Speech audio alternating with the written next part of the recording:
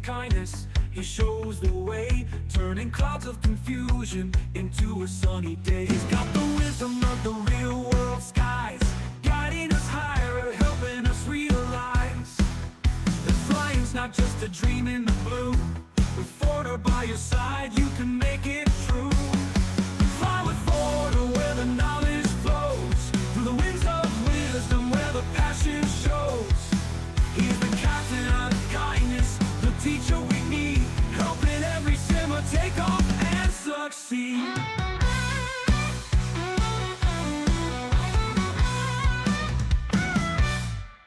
He speaks in calm tones, steady, clear, breaking down the lessons, erasing the fear. From takeoff to landing, he covers it all. In his virtual cockpit, you'll never feel small. A community's heart, a mentor, a friend. He'll stick by your side till the lessons end. It's more than a game, it's the art of the air. And with Forder's guidance, you'll always get there. Fly with Forder where the knowledge flows, through the winds of wisdom where the passion shows. He's the captain of kindness, the teacher we need, helping every simmer take off and succeed.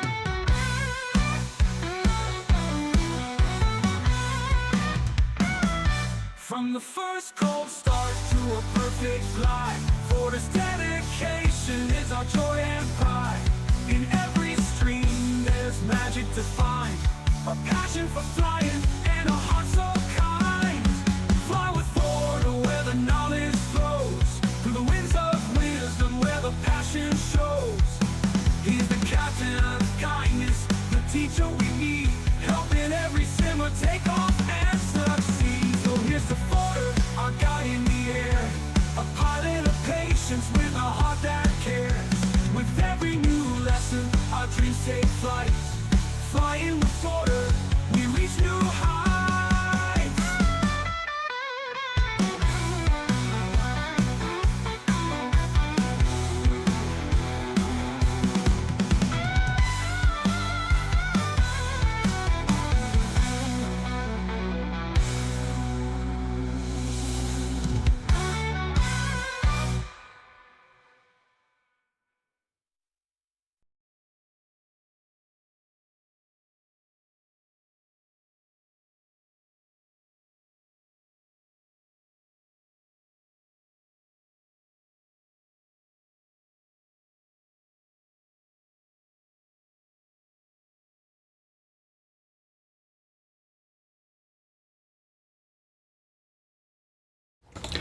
And a big check, a 1, a 2, and 3, and a 4, and a 5. All the way to 5, when most audio technicians only go to 3. Check. 1, 2, 3. It looks like audio's working fine. Hi, everybody. Happy Tuesday. Welcome, everybody. 5 by 5. Fly by 5. Loud and clear. Here we go. Welcome also on YouTube. We've included you in on our Tuesday night sessions. After 5 years, we decided we better include you guys also, so that's pretty cool. Kate is in the house. And Oz has done a subscription for how many months? Holy moly. Charlie's in the house. Hello, my American friend. How you doing? How's it going? And I had to say that because, you know, thanks for all your messages, you guys. That's cool. Andrew and I are here, and we're ready to roll. And I do want to ask Andrew, like, I wonder where he's flying today while we do the lesson. You know, because this is one of those ground school lessons that happen in the classroom and stay in the classroom, just so that we can understand how to plan our flights. It might be a bit dry, but guess what? I've got ourselves a quiz afterwards. Anybody here up for a quiz? Anybody here want to see how much they know about this topic? Huh? And, you know, that's what you got to do when it comes to a lesson that's dry. And this happens in a lot of ground school classrooms. It's so dry. How dry is it, Howard? And so this is what happens with this kind of topic too, you guys. As Katie can tell you, as many of you can tell me, because you've been through ground school also. This isn't taken from any one person's ground school. This is my own sessions that I pull together using materials that I have on hand. And I've got every kind of book you can think about for aviation. I've been collecting those since long before I was a pilot and studying those long before I was even a simmer. Back in the early 80s, I was studying aviation. So I have a ton of books, a ton of resources, and I have access to CFIs and I have access to other classrooms. and I've been through all the ground school stuff. So, I condense it all into something that hopefully is interesting. Hopefully it will, like, maybe a few things in here that you didn't know. Hopefully, otherwise it's just boring, you know what I mean? So this is one of those lessons where we're not actually flying, you guys. You can fly if you want. Every one of you can go fly somewhere or go join Andrew if he's in the air. You can certainly do that while we're talking about this stuff if you wish. No problem at all.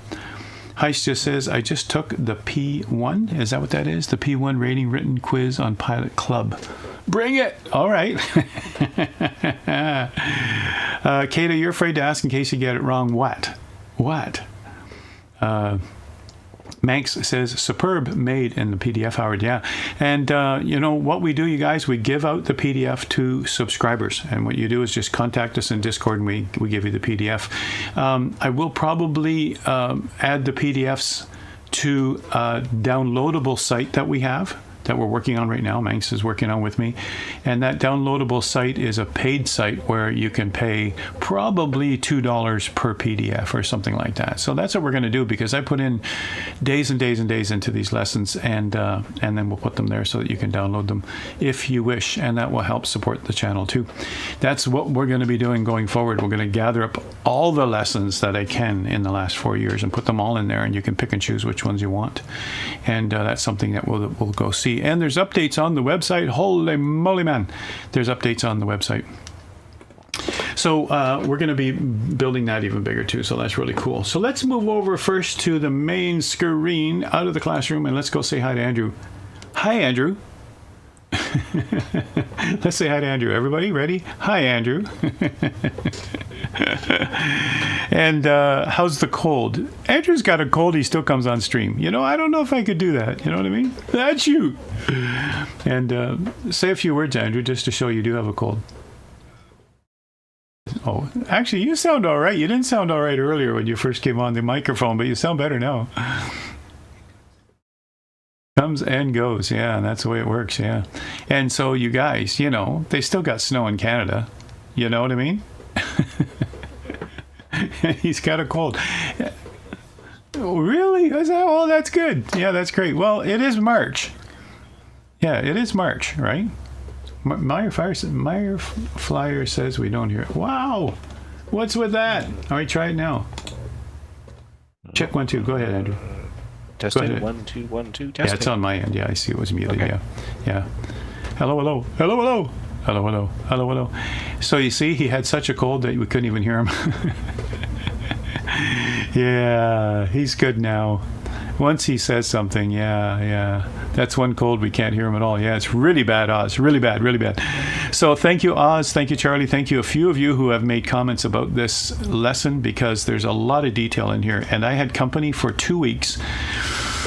And I've been taking them to Universal, I've been taking them golfing, I've been taking them everywhere, and it's like I have not had the normal time available to make my lessons. I usually do at least 16 to 20 hours to make a lesson. And this one, I probably did it in about 12. So 12 hours worth of lesson. Let's hope there are no more errors. And yes, Early Dev, there might have been a tariff on his voice because everything's getting a tariff on it now, right? Yeah. And I didn't want to pay it, being in the USA. So you guys, let's go have a look at what's involved in here. This is the lesson on the acronym series. Now we'll talk about what that is, but first let's move over to the classroom.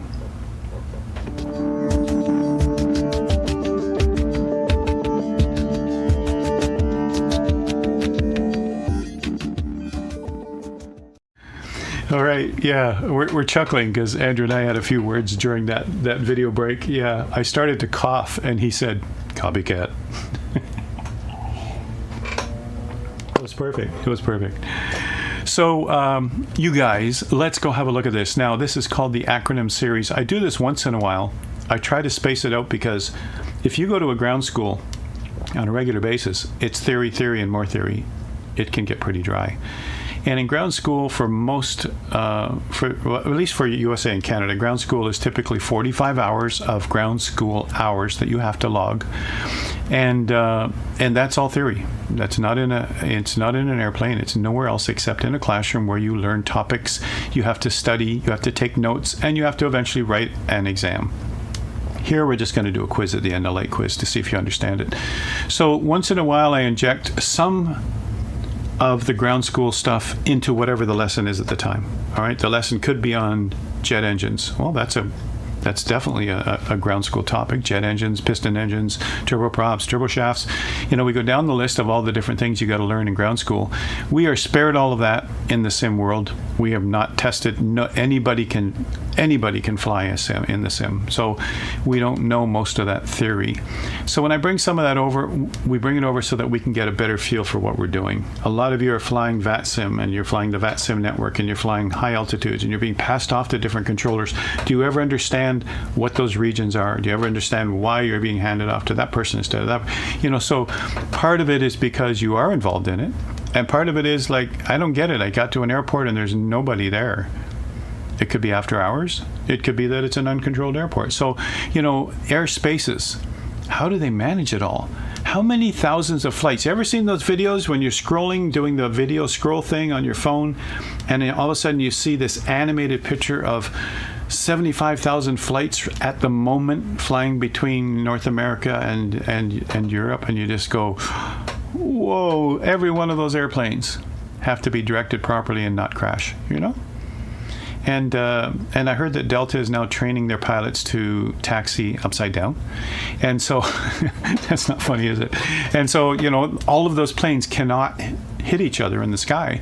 Well, it's air traffic control, of course.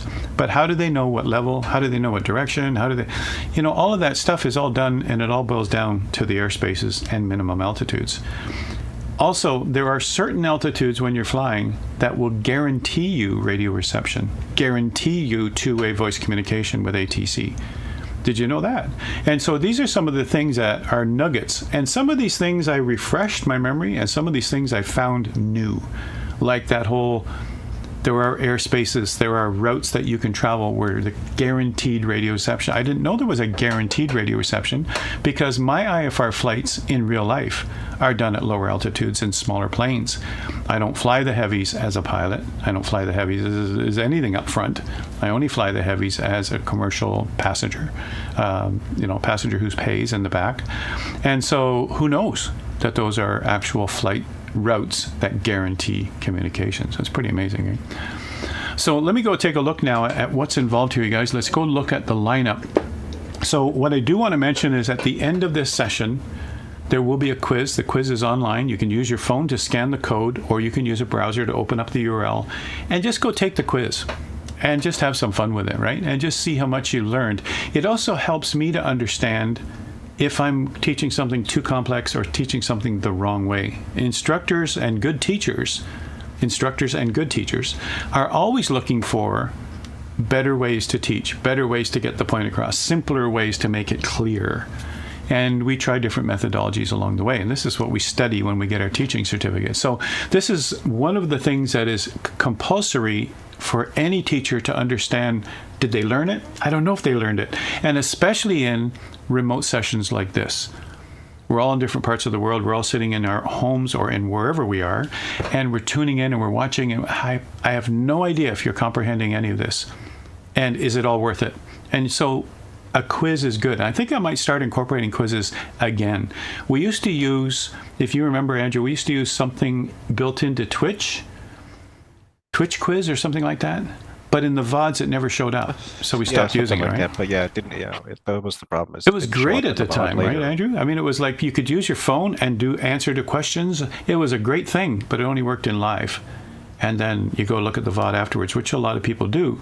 You couldn't see the results. So here, we can show the results. And I'll leave the names off. We don't need to know who got it wrong, but it gives me an idea. And I'll even publish the results without names, but it gives me an idea of how much comprehension or even how much interest there was in this topic. And that's what I'm going to be doing, right? So lurking in your stream while working earlier. And, hey, that's cool. He ain't heavy. He's my brother. Yeah, that's a great song, right? That's a great song. Lesson topics, well, introduction to the course, the acronym series, let you know what that's all about. Airspaces and altitudes. Well, that's really what it's all about. I like using the expression plan the fly and then fly the plan. And it's so true, everybody. That's what we're supposed to be doing. And if you've ever done this before, if you've ever gone to Little Nav Map, if you've ever gone to Navigraph, you've ever gone to the flight planner now that we have in 24, if you've ever gone to Little Nav Map.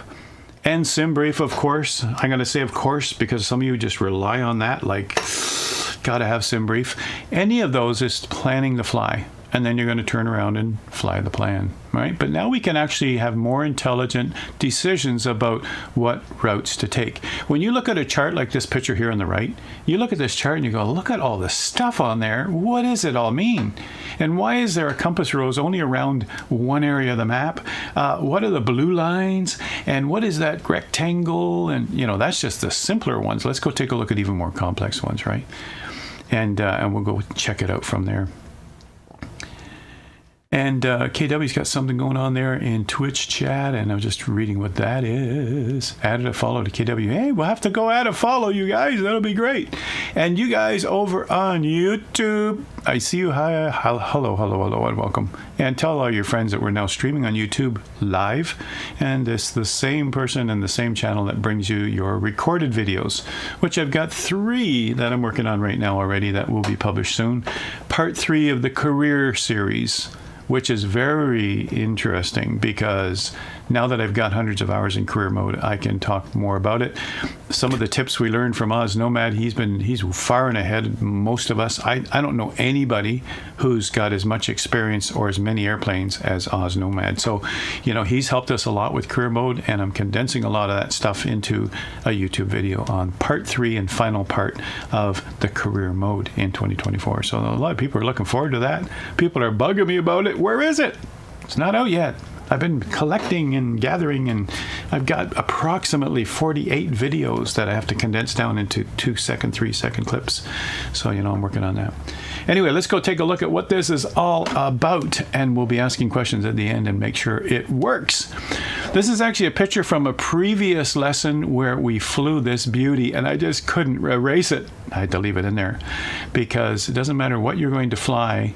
Planning the fly makes a difference. Obviously, helicopters would fly lower, slower, but we're going to be flying almost any aircraft. And what altitude should we be at? And what airspaces are we going through? And what frequencies do we expect along the way?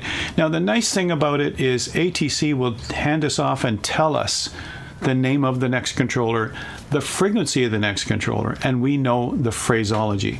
We will be using, well, if you don't know the phraseology, we'll use the phraseology built into the cards that are provided to us from Say Intentions.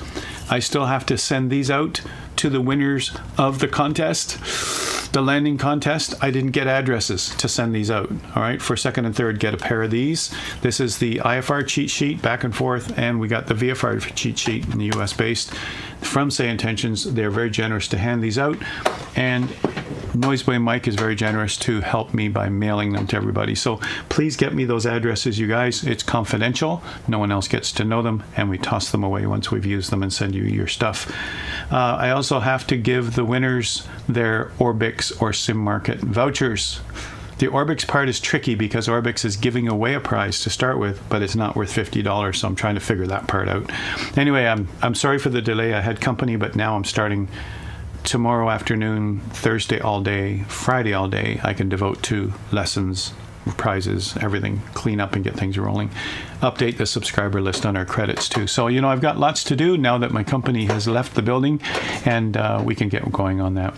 So let's talk about this. The acronym series, it'll pop up again, you guys, for other topics, ground school topics that might be dry but might be necessary. We'll see how it goes depending on demand from you guys. Let me know. Let me know in Discord. Let me know in chat. Let me know other topics you'd like to see coming through on our Tuesday evenings, from the basics of flying all the way through the most advanced stuff. All right, I could take any lesson from my helicopter series. I could take any lesson from my IFR series. I could take any lesson from my 3 fixed wing series on udemy.com. So this series is designed to help understand detailed and most often confusing topics. Let's see if we can separate that, make it clear, and understand what it's all about. Commonly used in aviation. So that's what we want to do.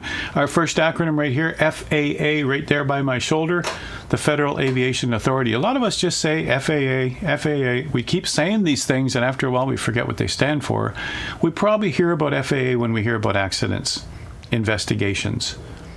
But many people don't realize FAA has a whole website with a ton of stuff. Anything to do with tonight's topic will be on the FAA website. It'll all be there. In matter of fact, one of the documentations that I have that I will show you, one of the books that I have that I'll show you later, I'll show you the picture of it later at the end of the session, Federal Aviation Administration Aeronautical Chart User's Guide. And there's some yellow, no, there's some green in there, so it's going to come through clear. But anyway, this guide here isn't that thick, but it's very detailed, and probably every single thing plus more. Every symbol you see on the chart's in here too. So that's a great guide. I'll show you at the end. I'll recommend what you could get if you want to. That has more information, which I'll use in another acronym series. Probably chart symbols.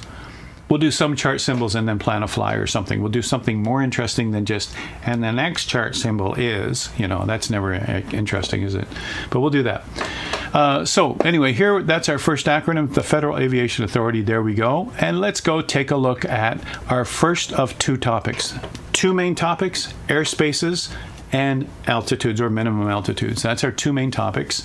Here is the airspaces section. I'm gonna start with the A to G airspace classifications. Let's start with that and make sure that's clear first before we can even talk about the rest of these acronyms. All right, that's what we'll do. You're almost out of paper thanks to Say Intentions, KW says, right? I've sent out a few new pilots this way for some guidance. Well, thanks, KW, and we're going to send them over to you at Follow Your Channel, man. That's how it works. The handshake and the respect between pilots and sim pilots, you guys, and that's what we're looking at. So that is cool. And so let's go take a look, you guys. And some of these things you'll know. We could even just start a quiz now and say, how many of these do you know? We might know them all. Do you know the details? All right, so we're going to take a look. When you take a look at a chart like this, this is out of, by the looks of the pins here, this is out of SkyVector. This is a cool feature of SkyVector, you guys. I'm looking at skyvector.com. And in there, they're showing us pins of the conditions of the airports live. And so this, as anyone would recognize, this is Vancouver Island. There's the city of Vancouver up here. As we get down into Washington State down here, and this is obviously Seattle. I'm going to say obviously, if you notice the shape of the airspace around this airport, it extends all the way over top. It's a tiny screen right now. We can look at it in bigger, but it extends over top of Payne Field, the famous Boeing factory, of course. So in these, what I like about SkyVector, in these it shows you green means VFR, red means IFR, and blue means marginal VFR. And we're not talking about those things today, but that's actually a cool thing that it shows you immediately. And when we were picking an airport to fly out of, say, with Pilot Edge back in the day, right? When I used to use that all the time. Before I had Say Intentions, I used to use Pilot Edge all the time whenever they were online. And I would look here first to find a VFR city. Okay, I'll go there. And then I would go there and it would be VFR. It would be cool. So that's actually a neat thing that you can do right away, right? And you can expect if you're going to fly through here, it's going to be an IFR flight. There's no VFR conditions in any of those airports, right? That's actually pretty cool. So already just by glancing, you can tell what's going on there. It's pretty neat. On your flight app, set it to change color based on visibility when warning. So, Kata, tell us about your flight app. Are you using like Flight Radar or not Flight Radar? The one that I'm not using anymore because it's a paid subscription for pilots. And ForFlight is what I used for years, right? And let's see. No, you're not mentioning what it is. Zachary. Should be good on the test. It just passed your PPL check ride. Yes! Now the PPL check ride, you guys, is in the plane. That's important and that's stressful enough.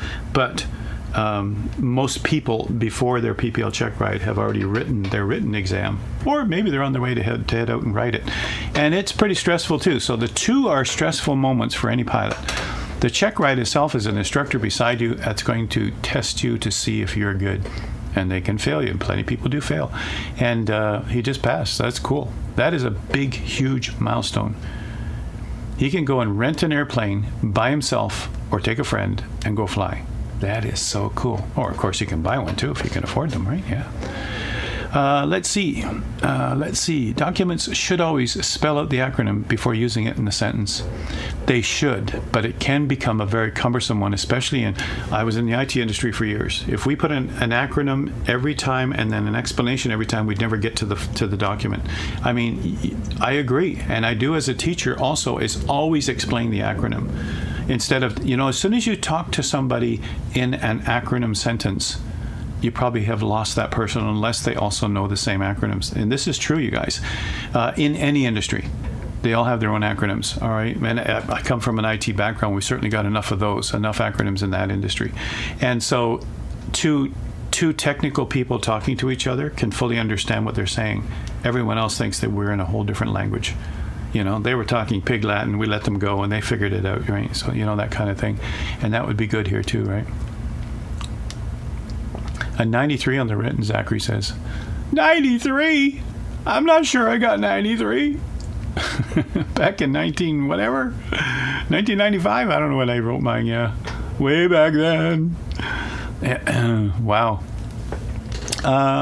Free Flight Plan Go. Okay, Kata, Flight Plan Go. You got a link for that? We would love to have it. Flight Plan Go. Okay, maybe some of you already know about that. So let's start out with Airspaces, you guys. Air Traffic Control is the first acronym. ATC. We know this one, right? Don't we know this one? ATC is Air Traffic Control. So controlled airports is a word that we use all the time. Controlled airspace. Who's controlling it? What are you talking about? And these airspaces have a person who's talking to you. A person who you have to talk to in some cases, in most cases. And so that person can say where you're going to go, when you can come in, at what level, what altitude, what speed, they can direct you with vectoring. They can do all kinds of things. And this is part of what we talk about as pilots. It's the biggest hurdle for most pilots, is the phraseology behind it all. It's why these things are so valuable, because as simmers, most of us don't have this phraseology. I'm a pilot in real life. I got passed on my exams. I use this in real planes all the time. So it wasn't new to me. But if you weren't doing enough IFR flights, what if I'm in that situation in IFR where I haven't heard that before? Oh no. So refreshing your phraseology and how you do phraseology. We are still listening years later to the radio chatter when we go to an airport. I listen in on my radio. Nowadays, we can listen in on streamed audio for almost any airport, that kind of thing, and learn the phraseology. It's part of being a student, is to learn the phraseology. In Canada, a student pilot has to write their radio license. And part of that is a verbal part where the instructor has already told the ground school instructor whether or not you were okay on the radio, because people can understand the theory, people can understand what they're supposed to say, but as soon as you click the mic, you get mic fright, and so that's what we call it. It's the same thing that happens on stage, you guys.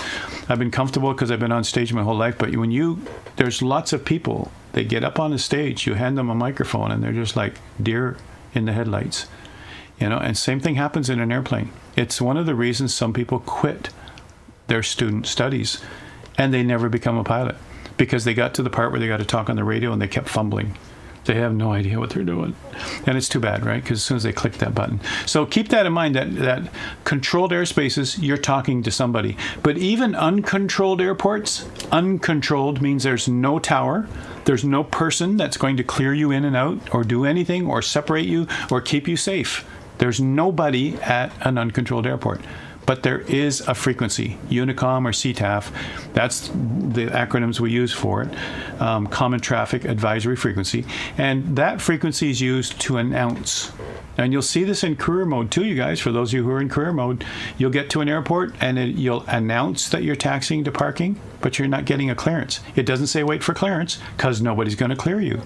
All right, and that's the difference. An uncontrolled airport, you're announcing on a frequency, so anybody else in the area will be able to hear what your intentions are. And so that's a good thing too. But there could be confusion also. But the point is, a controlled airspace, someone has to give you direction. Someone has to help you. Someone has to give you permission, clear you, vector you, whatever else, before you actually go into their airspace. let's find out what the different airspaces are. They're all defined by certain dimensions depending on the conditions. And there's quite a few acronyms there that many of them maybe you haven't even heard of yet, all right? Kata says there's a Windows program that links the app to the sim. Oh, that's cool. That's cool, right? Zach says, I'm really glad I train at a class. Yeah. Sorry you're late, Strap. You need a doctor's note. No, you need a note from your parents. You need a note from the principal. I don't know. You need... Thanks for coming. You guys come in whenever you can. I get it, you guys. All right. Each region of airspace will be explained, ensuring you understand how to read a chart and plan your flight. How to plan your flight. And I throw in this stuff, you guys, not because I'm having a great day, but because it's a boring topic. So you just got to make it a little more interesting, right? I will not sing. I will not dance, but I'm going to try and make it a little more interesting. I really like this picture. This comes right out of the FAA's website somewhere. I love this picture. I'm going to break it down into smaller areas, but this is the whole airspace classifications in a nutshell. And I love the visual here, you guys, because you can see a Class B is bigger than a Class C, and a Class C is bigger than a Class D, and a Class B, and the hip bone's connected to the leg bone, and the leg bone. But look at this Class A up above. Can we take a Cessna 172 and fly in Class A airspace? What do you think about that, right? Can we do that? Can we take a 172 and fly in Class A airspace in this diagram right now? Well, technically, you shouldn't be able to get up there, let alone have to worry about that aspect of it. There's a voice in my head here somewhere. Yeah, you're absolutely right, Andrew. Absolutely. A 172, the official ceiling for a 172 is 14,000, Andrew, and I think the 150 is 15,000. Wait a minute. How's that? But anyway, 14,000 feet. Well, it's not a pressurized aircraft. There's no pressurized cabin. So how are we going to breathe? Even at 14,000, the air's thin, you guys. But the blades of our fixed pitch propellers cannot push enough air at that altitude. So that's our altitude. So could we even get to 18,000 in a 172? Well, some of us did in the sim. I'm not quite sure how we... I think it was Mount Everest. We went around forever, Andrew, until we finally got there. I guess technically, if you could get up there, you would have to be instrument rated, because that's a requirement to fly in Class A. See, Andrew's done his homework. He went to ground school. He knows, right? Yes, I did. And I know you did. So the answer is, you guys, no, we can't go there. I mean, every 172 I've ever flown is not an instrument certified aircraft. We use them in flight schools and we use them for VFR, but they're not instrument rated. But I have flown some that are, but they were privately owned. You know, they cost more, they put more electronics in them, they had autopilot even, they had lots of stuff, but you know, that's more expensive, and that's usually somebody who owns it, right? Strap the 172 to a 747 and just do it, right? Super Ty says, depends on weight. Both the 172 150 made it to 18. Maybe in the sim, yeah. In real life, you just pass out because there's no oxygen. Just pass out, you know. So, Charlie, you're saying, so non-towered airport without instrument approach is Class G. Non-towered airport without instrument approach is Class G. All right, that's over here, right? Well, this one here actually says non-towered airport. It does have the same color as G, so I guess it is Class G. Non-towered airport with instrument approach. Wait a second. There's no tower. But it actually has instrument approach, so I guess they're paying for that. Yeah, that's going to be rare. Yeah, portable oxygen. I guess it's possible. Sure. Yeah, but just think, even the oxygen around your eyes is very thin. I don't know, you guys. I don't know. I haven't tested it ever. The highest I've been in a 172 is 12,000 feet in real life. I had to go over a zone that you can't enter, so I had to go over it or around it. I decided to go over it, knowing that it was still okay, right? Super Ty says also a C210 made it to flight level 430. See, what people are doing, you know? Easy way to remember Class F airspace from CADA. It's a fun airspace. You need permission. Air shows aerobatics. Oh, that's cool. That is cool. Do we even have F on the screen? Look at you. Look at you. F isn't even on the screen. All right, we'll go and take a look at it. So, yeah. Let's go take a look, you guys. So this actually explains it all. We're done. Now let's move on to the next topic. We'll be done early tonight. Okay? You got this? So here's what I'm going to do. I'm going to classify them using the acronyms, of course, right? So let's start with just the classifications, Class A. And there are so many people in the sim world that are calling them Alpha, Bravo, Charlie, Delta, and people will, typically you don't use the phonetics for the classes unless you're on the radio. The whole purpose of phonetic pronunciation is to be clear on a radio. All right, right now I can say Class A, and you have no doubt what class I'm talking about. I don't have to say Class Alpha. Class Bravo. If I were on a radio, that might come out, I can't say B, it might sound like a D. People going, was that a D? No, it's a B. Is that a what? On a radio, it's not always clear. So you will use you will use the phonetic pronunciation.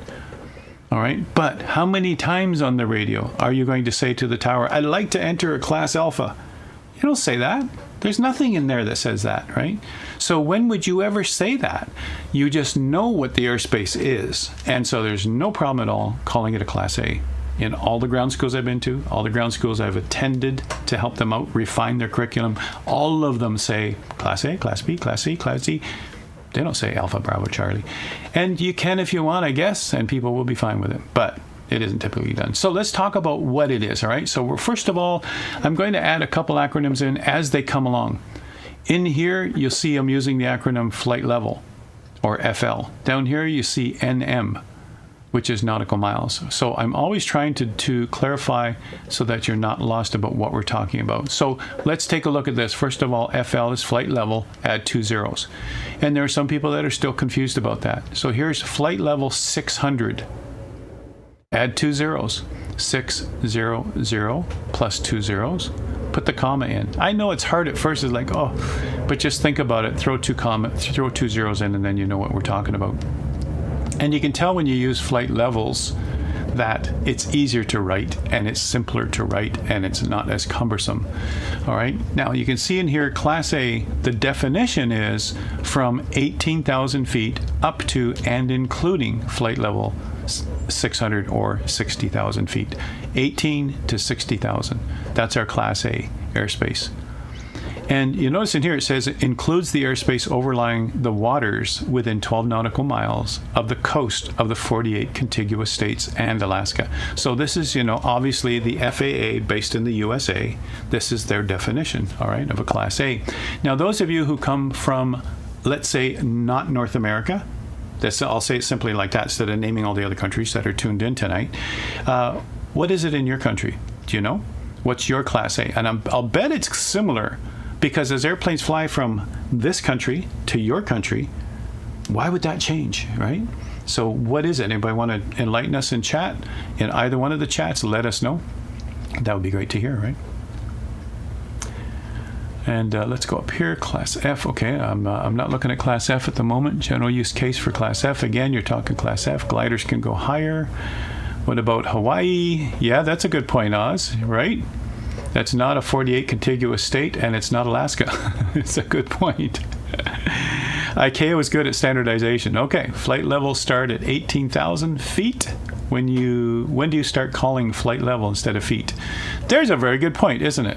When do you actually start using the word flight level? People use it even below 18,000. They do, but I don't think they should. I'm not sure if it's a yes or no thing, right? It depends on where you are. Meaning in the world? In Canada and the US, flight levels start at 18,000. In Europe, it can be 5,000 feet. It can be 7,000 feet. It varies from place to place. So you actually have to check your airport charts to find out what your transitional altitudes are. That's a really good. That's like a perfect instructor answer, right? And that's when you start calling flight levels, is when you hit the transition altitude. And like I say, in Europe, it varies from place to place. And here Oz too, you guys. He's saying the same thing too, right? From down under, right? Whatever the transition level happens to be at that location. Absolutely, right? Absolutely. All right, so that gives us an idea. That's way up there, 18,000 feet and above. Now, as a lot of you know, I fly VFR in real life. I fly just like Kata, just like a lot of you. I fly VFR. I'll never get to 18,000. I'll never be in a plane that goes to 18,000 as pilot in command. My PPL says I can fly single engine, non-high performance, up to 4 seats. So that covers a lot of airplanes, but I cannot get into a Vision Jet and take it up to 20,000 feet, right? So, those things, I'm not certified, I'm not type rated for those things. And I'd have to spend more money and take more lessons and, all of that. And that's, for recreation, that isn't worth it. All right, let's go to the next class, Class B. And you notice what I've done? I've grayed out the other areas so that we can focus on one area. All right, let's go to Class B. Airspace from the surface. This is the first time we're talking about from the surface up to 10,000 feet, MSL. So because there's another acronym in there, MSL means mean sea level. And many people will call it above sea level. What's the difference? I'm going to say or because some people will see something written as ASL, and you could almost call them the same, but there is a technical difference. All right, what do you know, Andrew? Well, sea level changes depending on the state of the tide. That's why they do mean. That's basically the average between high and low tide. And that's rounded up for the whole planet. And that's like a nearby Bay of Fundy to you, right? Yeah, that probably would really the most drastic changes in tide in the Bay of Fundy, isn't it? The highest tides in the world are in the minus basin on the Bay of Fundy, in between Nova Scotia and New Brunswick. And my brother has sailed there and says it is absolutely nuts. People have because the flow trapped. Going out, the flow coming in. You got to watch for that when you're a sailor. Yeah. People have gone waiting out on the mudflats and got trapped out there when the tide comes in, and they got to get rescued. Yeah, absolutely. Hey, thanks for that, Mr. Knight. How do I say that whole thing, Mr. Knight? It's a tiny screen, you guys, for my chat, but thanks for that. Mr. Knight, the it guy. The it guy. The IT guy. Mr. Knight, the IT guy. Yeah, I can relate to that. How you doing? Welcome. Yeah, thanks for your sub. That's great. Thank you. So you guys, typically surrounding the nation's busiest airports in terms of IFR operations, Class B, Class Bravo, if you want to call it that. Individually tailored for each airspace, but normally involves a surface area and 2 or more layers. Take a look here. We got 2 or more layers, and we always talk about airspaces being inverted wedding cakes. That's it. Look at that. It's an inverted wedding cake. Look at that. And the reason for that, of course, as you leave the airport and you're going further and further away from the airport, you're still within the Class B airspace when you look at it like this. You're leaving the airport and you're climbing higher and higher and taking off, maybe up into Class A and take off from there. You have avoided all the other classes and you are still protected and directed. And I like using that term, you guys, protected and directed, because the controllers will make sure that your route is safe. And that's all your clearances. And you'll notice when you look at an IFR clearance and you have to read it back, they give you specific directions and you are following a published departure or specific directions from the controller. This is pretty strict stuff. Could a 172 fly into a Class B airspace? Certainly can. Andrew says sure. You guys agree? Yep. In chat? Yep. You actually have to have two-way conversation with the control tower, and they actually have to literally say in these words, you are cleared into the Bravo. So let's take a look. Did I put the another thing one with in the here? class, Right with here. the Class B airspaces. You literally have to be told you can come in, otherwise you can't. Now, it's interesting, though, Andrew, because I think it was on Pilot Edge. Yeah, when Jane and I accidentally went into Class Bravo airspace with Pilot Edge at the time, and it was the Seattle airspace. We were already overpaying, we were clear, we were good, but we had trouble synchronizing our heading indicators. So we just did straight and level. I said, let's stay straight and level until we figure this out so that we know which way we're heading. And we ventured in to Class B airspace. And Pilot Edge controllers were trying to call us, but we had the radio turned down. In real life, that's disaster. But no, for us. And normally they sent me a polite email afterwards. It was the owner of Pilot Edge. Keith sent me an email afterwards going, you realize you crept into Class B airspace, and we were trying to hail you on the radio, and we couldn't call you.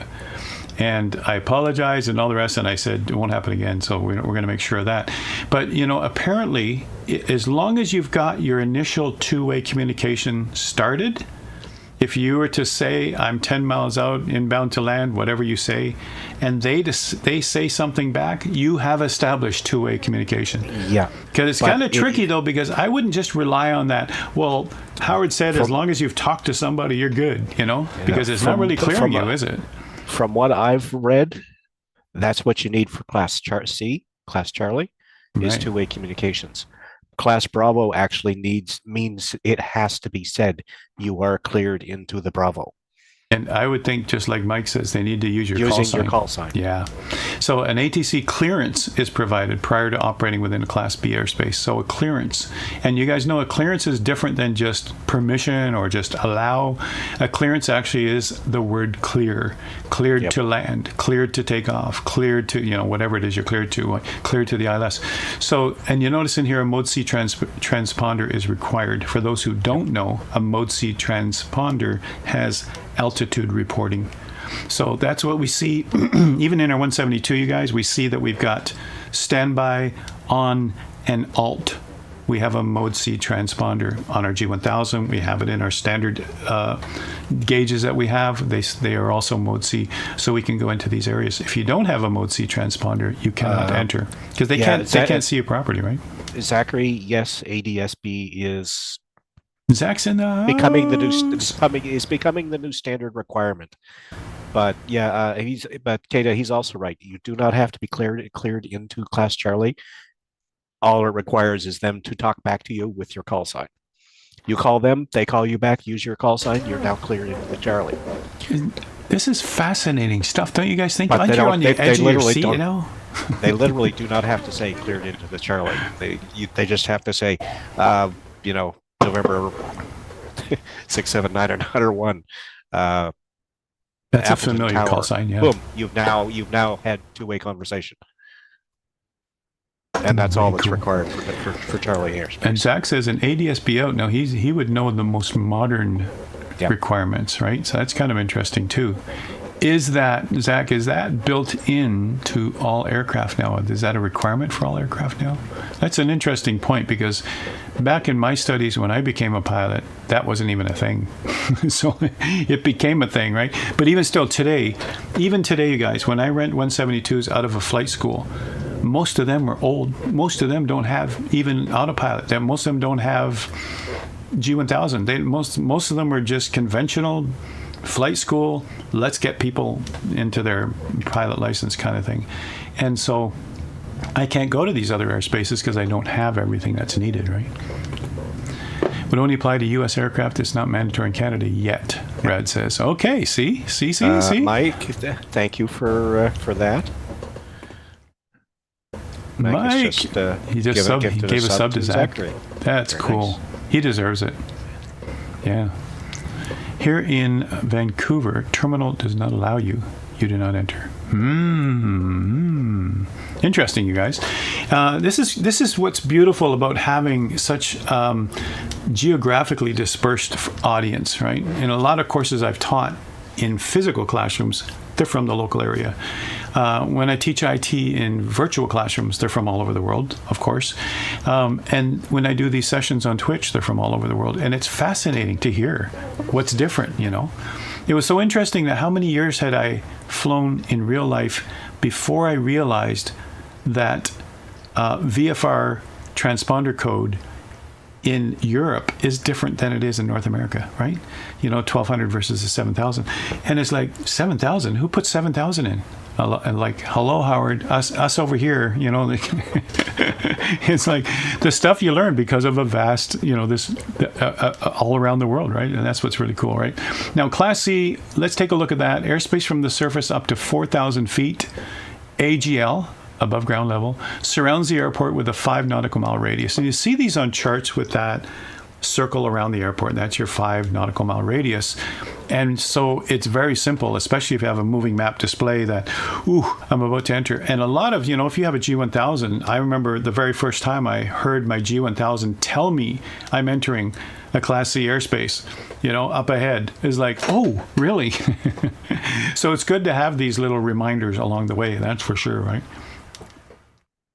Sorty Dev says, reminds you that the U.S. is not the center of the world, right? Well, yet, the FAA, when they have all these requirements, the rest of the world are similar. There's no doubt about it. And ICAO helps with that, you guys. And that's certainly true.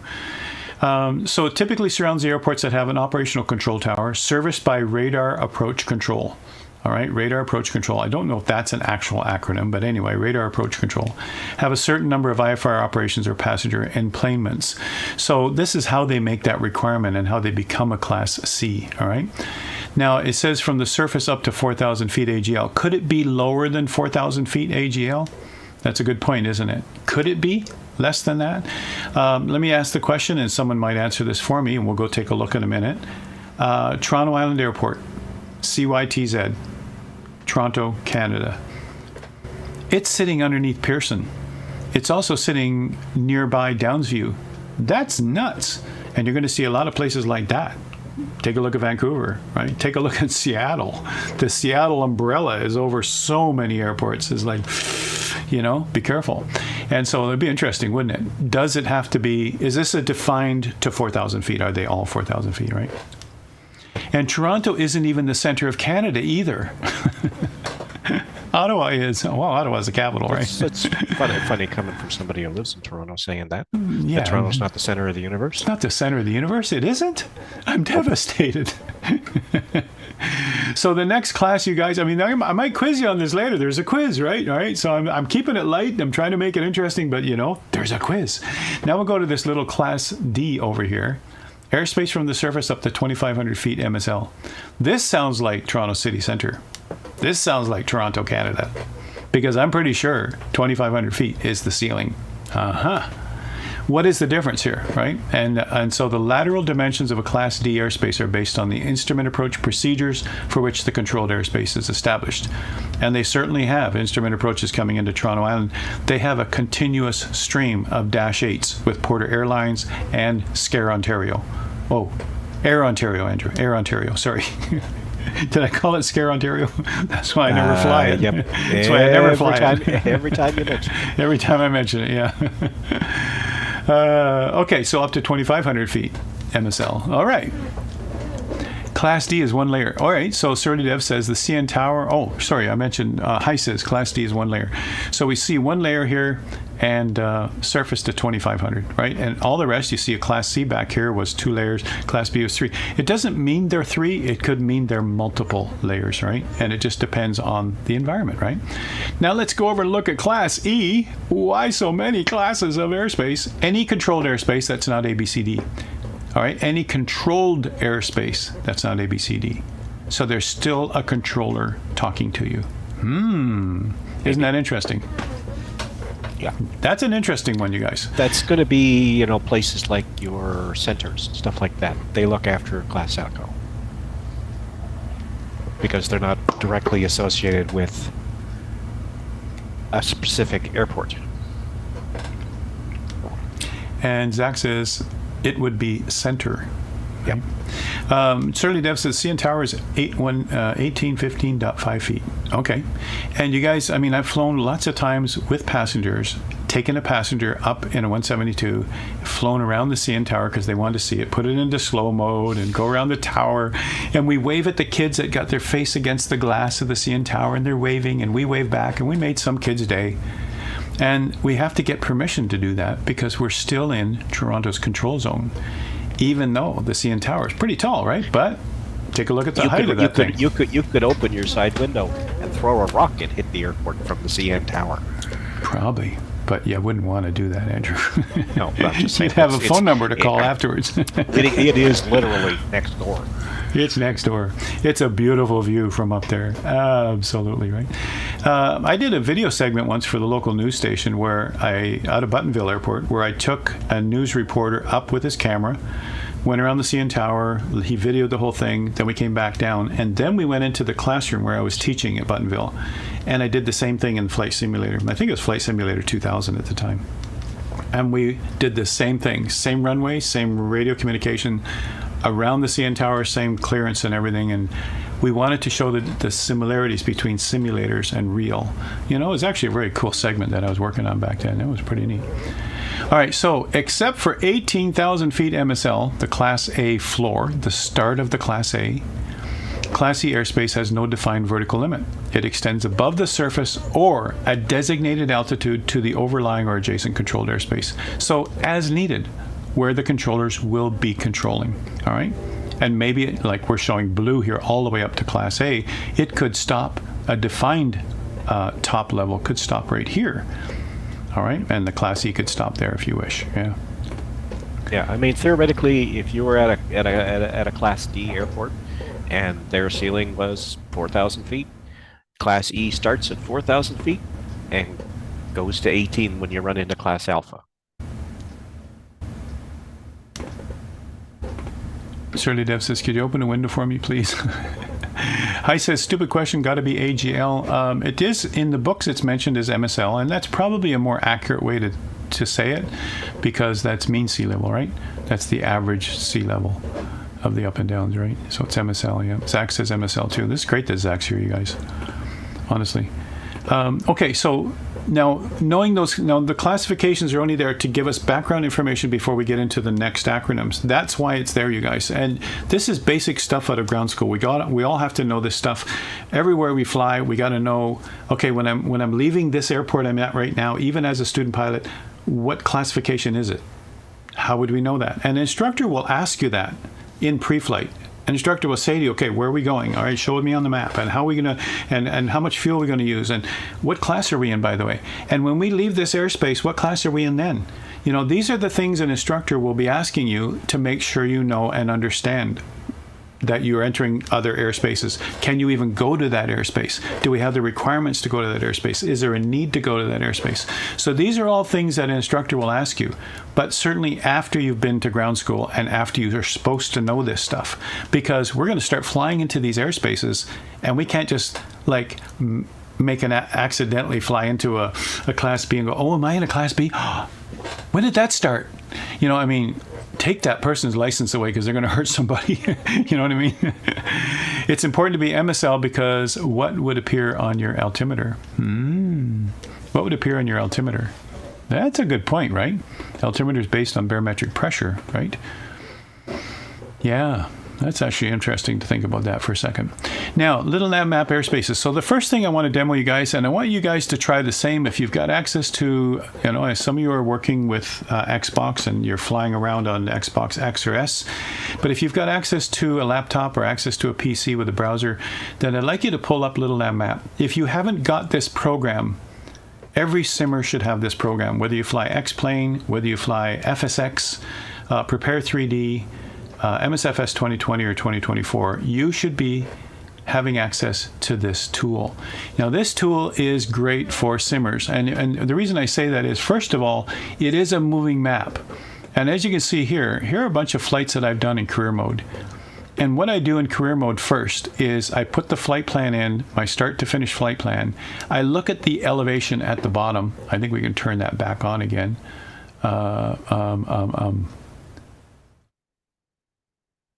One of these,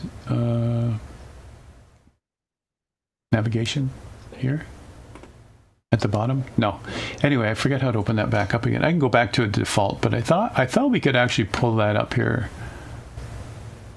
Style, overlays, shortcuts. All right, let's just do this. Let's just go back to this and then bring it up again. And that brings you back all your windows. So we're not going to go looking for airports right now, and we can close everything on here except for the bottom. Now, in the bottom here, now what I've done is I've made a start to finish for career mode. Before career mode starts, you know what the route is. And I've taken a look at this profile here, and you can see there's my last flight at 11,500. So this is a really good tool for planning.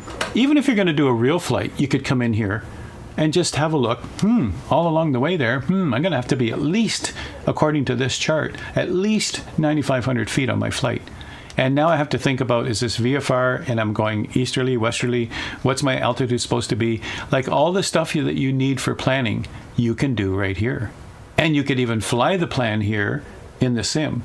When you get into the real plane, things look familiar. And that's another reason why sims can help you learn in real life, in flying.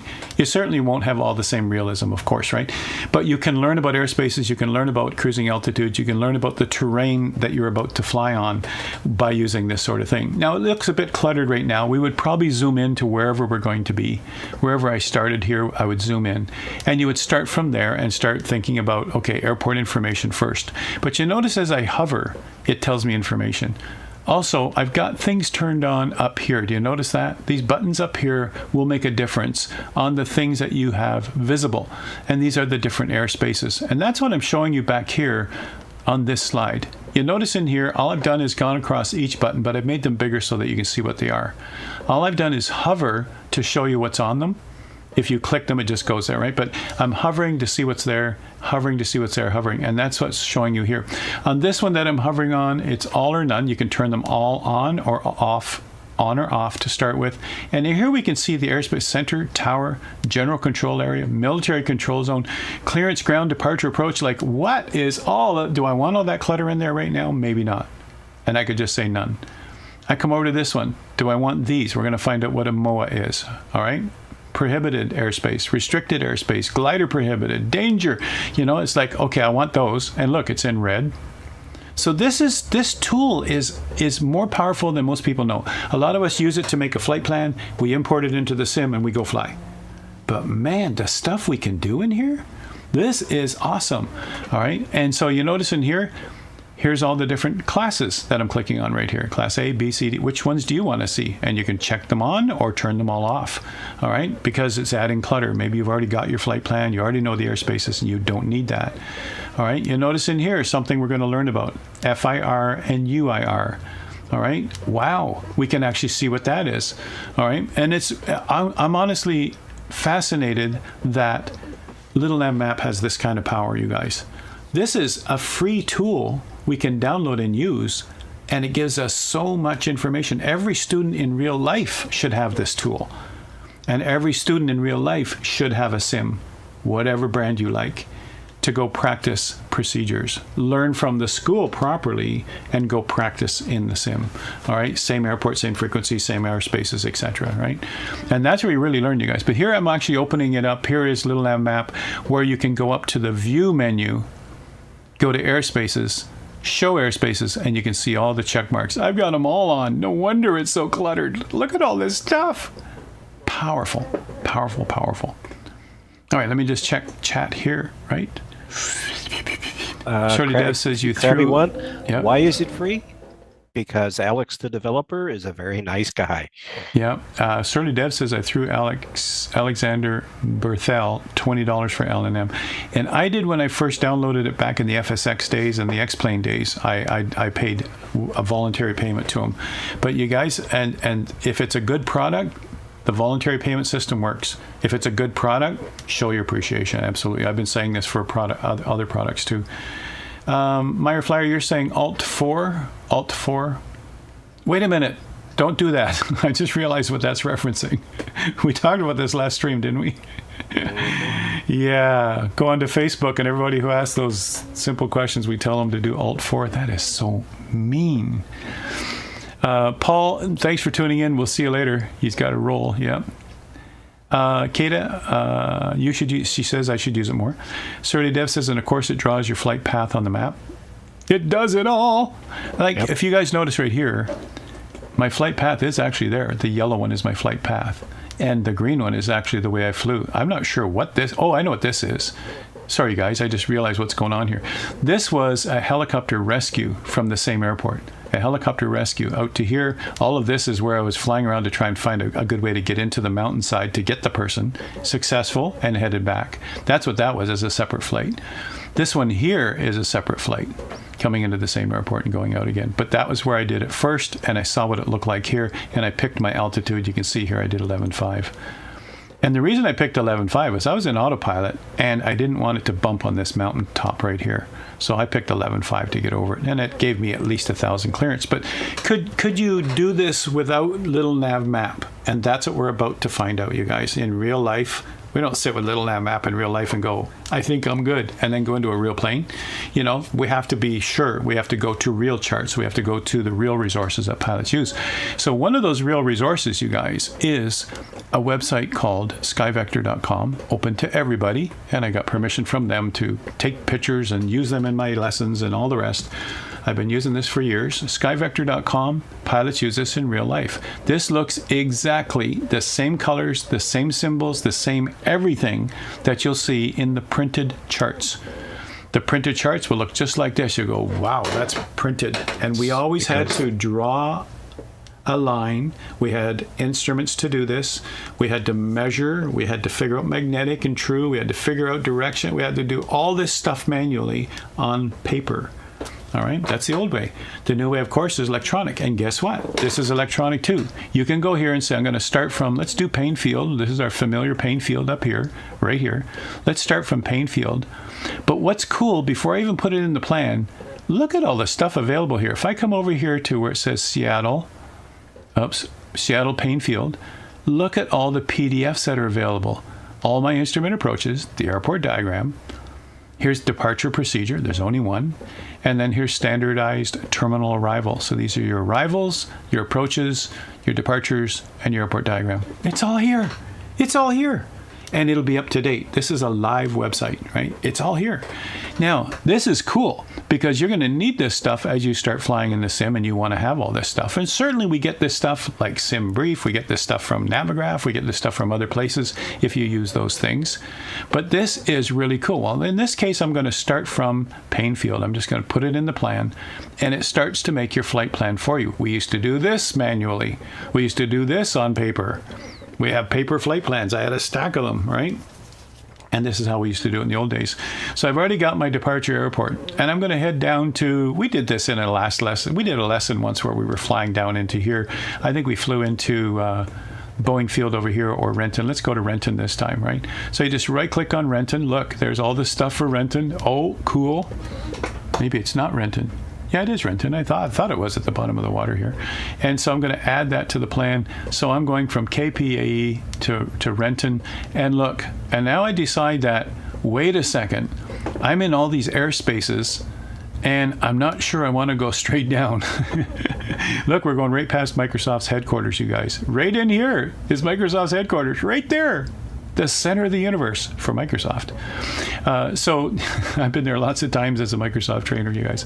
So now what we could do is like, let's move it out somewhere, you know. So I want to I think I'll go over to Harvey Field. Maybe this is Harvey Field, Andrew, right? Our familiar Harvey Field. I want to go there first. Look what it did. Oh, wait a minute. Oh, no, I want to go over to First Air. Oh, wait a second. That doesn't look right. So now you want to rearrange what's going on here. But this is exactly a flight plan in proper format, you guys. We'll just start moving stuff around. I want to go here first, then there, and then go all the way around, maybe come around this way. But wait a second, there's VORs. Wait a second, there's other radio aids. So, you know, this is just showing you the power of using SkyVector. There's so much here, but look how easy it is to make a flight plan. Look at this. This tells me my distance, it tells me my heading. It's the same thing Little Nam Map tells us, but this is the real deal. And this is a real chart. And if you zoom out, the further you zoom out, look at this coverage. It's going to be the same coverage as the real chart. And some of these, when you zoom out, this one is actually showing you the whole world as you zoom out. But some of these, as you zoom out, just show you the like this shows you the definition of this chart. If you were to buy the paper chart, that's what you're getting. And then it would show you the legend of all of the things that are in here. All right, but you notice some of the things around here, we've got markers like this boundary here. What's that boundary, right? And then there's this one here that says contiguous U.S. Oh yeah, we talked a bit about contiguous U.S. states. All right, so, and you'll notice that there's this bigger one right here. So that's what we're about to talk about, is these areas and what they're called. All right, the simpler ones, of course, is when you see an airport, a circle around an airport. They're the simpler ones. There's Victoria, there's Vancouver, you know, little things like that. Once in a while, you also see a compass rose. That's needed for us to figure out the actual angles and all of that. I mean, our direction of our flight. But look how powerful this is. Tells us our direction and tells us our distance already. All right, and that's a start. Now, of course, when you make your flight plan, you notice there's briefing and filing. You notice there's navlog. This is the part that we used to spend so much time doing with our whiz wheel. We had to sit there with our whiz wheel and figure out all this stuff. Now, that isn't the right order right now. I'm not worried about it at the moment. I'm not about to fly it. But you notice this. it picked 8,000. Did it do that for me, or did I have that defined somewhere? Wind direction, wind speed, true airspeed, magnetic heading, ground speed, distance, ETE, all the rest is here. Or it isn't here yet because we haven't put our fuel in, or we haven't put in the type of airplane we're starting with. But the point is that this is cool. We used to do all this stuff manually. We used to calculate all this stuff and then show it to our instructor, and the instructor goes, you made a mistake over there. You know, it's like, this was tough stuff, you guys. It's never been easier, right? But anyway, this is pretty cool. And there's our whole nav plan right there, which we present to our instructor, and then away we go, right? Either with the instructor, or maybe we're doing our solo cross country at the time. So this is a really cool tool also. They're the only two tools I'm showing you tonight to figure out airspaces and to figure out where we're going. So one of the reasons I focused on Seattle was because of the unique shape of the Seattle airspace. You can see this unique shape right here. And if you take a look a little closer, as you look at this unique shape, everybody, you're starting to see some numbers. Here's 160 underneath. Here's a great big 6.5 over here. Up here, I look inside this little area here, it says 100 with a 40, and yet over this line it says 100 with a 30. Uh-oh, it's getting lower. And I look down here and there's 100 over 20. Oh, we're getting lower into the airport. I'm looking at a wedding cake, inverted wedding cake, directly from the top down. Wow, this is powerful, you know. And so this is cool. Kata says I still have to do it manually. Instructor only allows E6B. That's great. That's great. I'm sorry, I'm not a sadist. I'm just saying it's good practice. So there's the other tool, you guys. Open that up and go have a look. If you want to start at an airport where you are right now, you can simply close your plan, or even get rid of all of this that's in it, clean it up, or somewhere you can pick a button that says start a new plan, and start with that where there are nothing on the screen, and simply go into here and just look for your airport. If I were to put in mine, CYTZ, it probably doesn't do much more outside of USA, but this is definitely my airport, my home airport, where I fly out of Toronto. And if I click on it like that, it'll show me, but not much information. But take a look what we've got. Here we see Pearson, YYZ, Pearson. Oh yeah, I'm in the USA right now, Andrew. YYZ, right here. And so you guys, take a look at Brampton over here. Buttonville still showing here, which is now a plowed under airport. I learned at Toronto Island, and I rented out of Buttonville all the time because Buttonville was only 20 minutes from my home. So it's now plowed under. I'm surprised it's still showing on the map. But take a look what's happening here with airspaces. So Pearson, there's Pearson airspace right here, the big, international airport. And if you notice the rings around it, and you notice where the rings change because of another airport. Here's Brampton Airport, which is home-built airplanes, VFR low and slows, very tons of airplanes, tons of hangars, very popular airport. But look how it's the shape that's around it, the Pearson airspace shape that goes around it. Now, I've done plenty of flights between Buttonville and Brampton, and if I want to come through into the Pearson airspace, I got to get permission before I even enter. So you might even stay underneath it and go around. And I've done this many times, either through here, or I've actually done flights through here, VFR. You don't even have to talk to Pearson. That's very common. You're not going to be in the way of airliners, all the big planes coming in and out of here, and it is a legal way to do it, absolutely. When we fly out of Toronto Island, we go to the practice area. We go through this area here. We can progressively climb higher, and then we can come over to the practice area, which is right here near Oshawa. Big, huge practice area right here where we go and do VFR practices and upper level air work. And so we have to be mindful as we come back in, do not enter Pearson's airspace. We've got to stay under the umbrella. You'll notice as you come down somewhere in the ring, they're telling us the airspace size. This particular ring goes from 35 to 45. Stay below 35 if you don't want to talk to them. The general rule, stay below 35. So and you notice up here, we'll find it somewhere else in another ring too. Here's another ring right here. 35, 25, all right? And so then they'll have their own, of course, their own dimensions too, if you want to use Brampton Airport.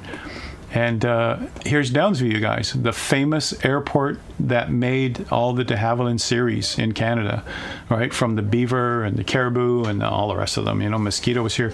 All of those famous airplanes are made right there, and that's 20 minutes from my home and 10 minutes from P Delta Bravo's home. I'm serious. He lives pretty close to Downsview, right? And so, you know, like, look at the stuff we're learning just being in SkyVector. We're just looking around. Look at this now. Inside Toronto City Centre, look at the shape of the thing. And it says 25 to the surface, or I should say surface to 25, right? As you zoom in to see that. All right, so that's from the surface to 25. And that includes the CN Tower, which will be right around here. It's not this dot here. That's the actual weather station dot, but it's right around where this line is, right? They're actually, you know, they're saying city center and they're pointing to here, but the CN Tower is right around here beside the railroad tracks, right there. So, you know, it's in the control zone. You need permission. When I was coming from up here, when it's coming from Buttonville down the Parkway, that's what this is, a major roadway into the city. We come straight down here. We got to watch our altitudes. We got to report under 2,000. We got to report before we come into this control zone, and they'll tell us to come in and report over top of the Hearn stack on probably a straight in for 26 or something like that. So, you know, you can just look at the airspaces and go, now I understand it. Now I know why the instructor said, don't go above 2,000. Don't go above 2,000. You know, you're going to have to call somebody. So, you know, it's you learn these things because you're in a plane with somebody. But that's just showing you the areas that we can use to go play. All right. So Charlie says, so is it Class C? Let's leave that to chat, you guys. Is that a Class C airspace? Now, why would you pick Class C instead of D? What do you think? What was the definitions, you guys? This one goes to 2,500, right? It does have IFR traffic, for sure, both ends. It's got proper procedures for approach or for coming into the runways. And so, so that's when you would start looking at the classes, and that's where this will help you too in Little Nav Map to go find the classes. So let's go. This is still the first half, you guys. There's lots in here. We could do this for 4 hours, but I'm going to try and keep it under our 2 hours or our 2.5. But let's go take a look at some of the definitions now of our airspaces and just see what they are. And these are the ones I'm going to cover here right now, all the way up to the bigger ones up top. All right, so let's start with the simple acronym, the Aerodrome Traffic Zone. Believe it or not, that's what it's called, the Aerodrome Traffic Zone. And it says a control tower can control the traffic and protect the VFR flights. And you know, this is actually a very good point here. It protects VFR flights. And that's what I fly mostly, is VFR. I fly VFR. I love looking at scenery. In the fall, I'll take another pilot friend, so we can split the costs, and we just take off and go up into the North Country of Ontario and look at all the beautiful colored leaves that time of year in the fall, and land at like Muskoka Airport or somewhere around there. And we do VFR flights all the time, and we'll go VFR everywhere we go.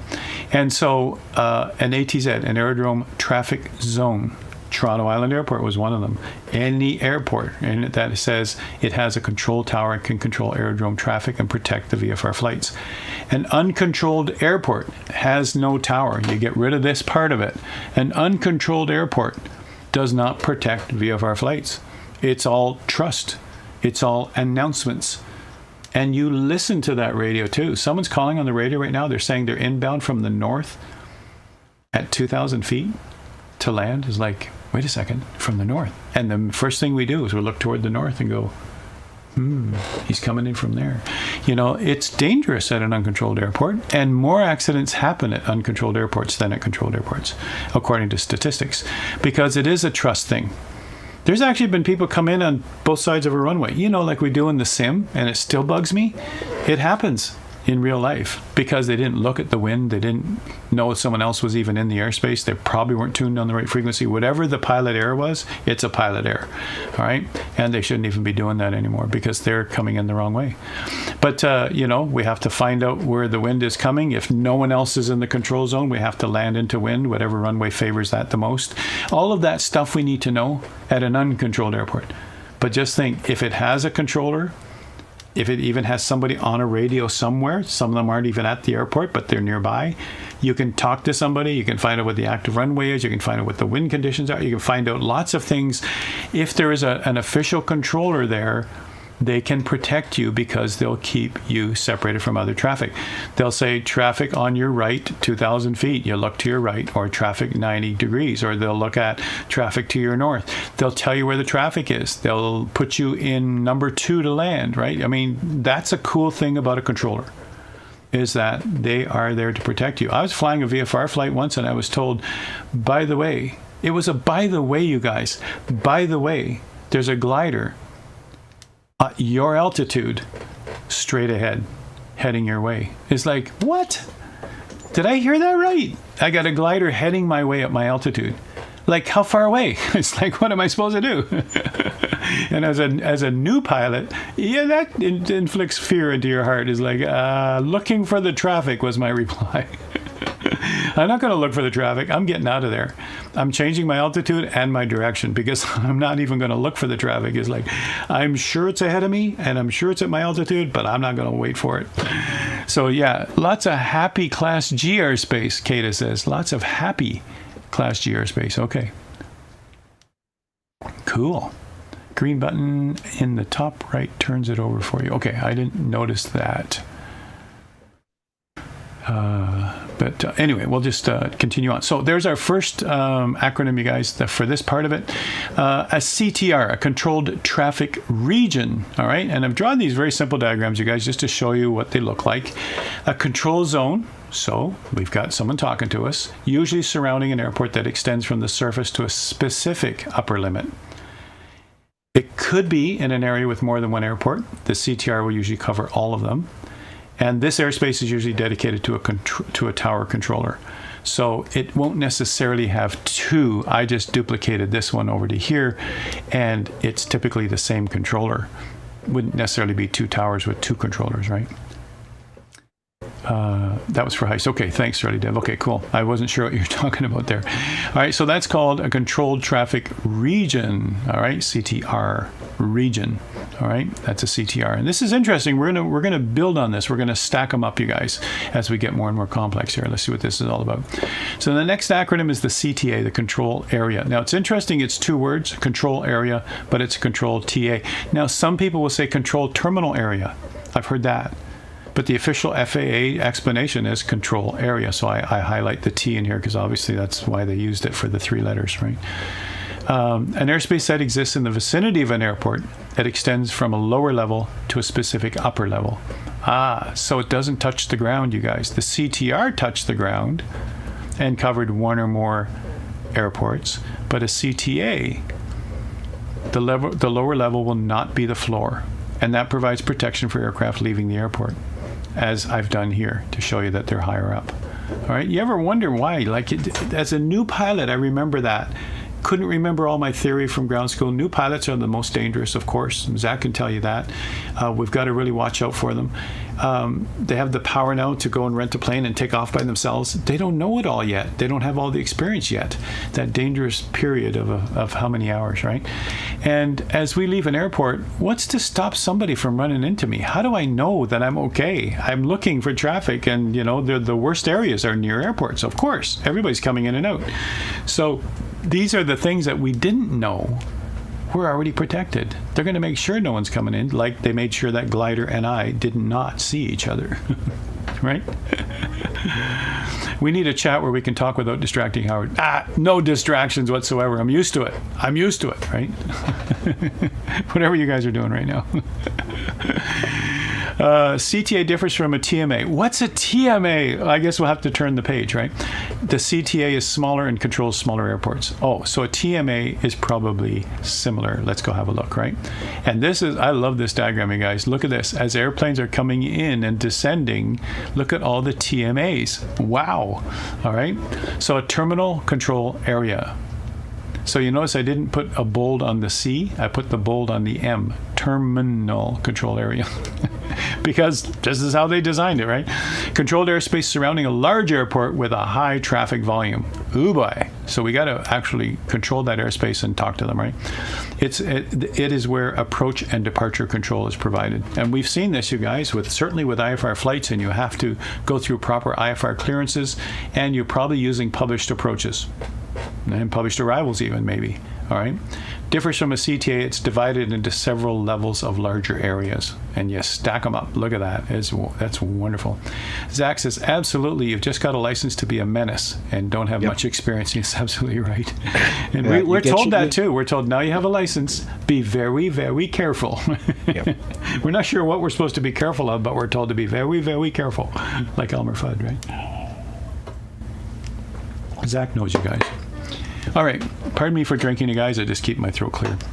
So look at how we've learned these acronyms and how we're stacking them up. Okay, that's pretty cool. The FIR, we got 2 left, you guys. The FIR, the Flight Information Region. Flight Information Region. Look, it's covering these 2 big, huge TMA areas, right? Something happened here when I moved it. Okay, we've got an upside down TMA. What is that? Sorry. I got to fix that later.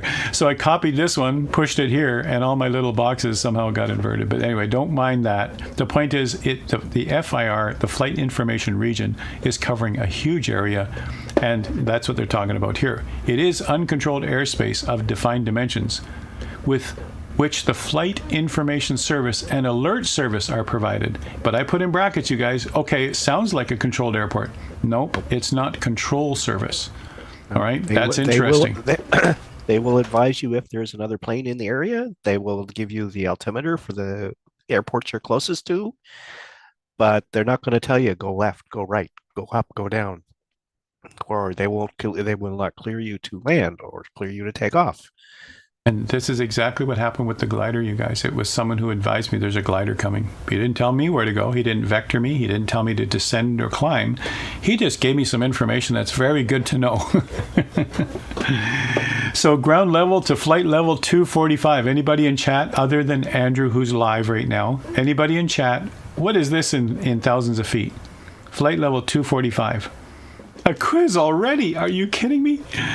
And then above that is called the UIR, the Upper Information Region, right? The Upper Information Region. And Surly Dev was first in chat. He said 24,500. So, and I see Heiss also got it, Charlie got it, and Zach got it. Yep, 24,500. Look at you guys. All of you are just like that. Boom. Flight level 245. I know there are some of you who are simmers only. You've never had a real license, but there's some of you who are simmers who speak in flight levels all the time. I was at flight level 08 and I descended and I did this and then I went to flight level, and it's like, you know, you realize you're just talking about you were 800 feet above the ground and then you went to 8,000 feet above the ground. It's like, really? But I use flight levels. So is there a rule? Let me ask you that, you guys. Is there a rule when you should be using flight levels and a rule when you should be just saying thousands of feet? Anybody know? Levels are, yep. Go ahead, Andrew. No, go ahead, Andrew. Yeah. Flight levels are based on standard pressure. So when you hit that button on your altimeter and tell it to go to 29 or 9 or 2,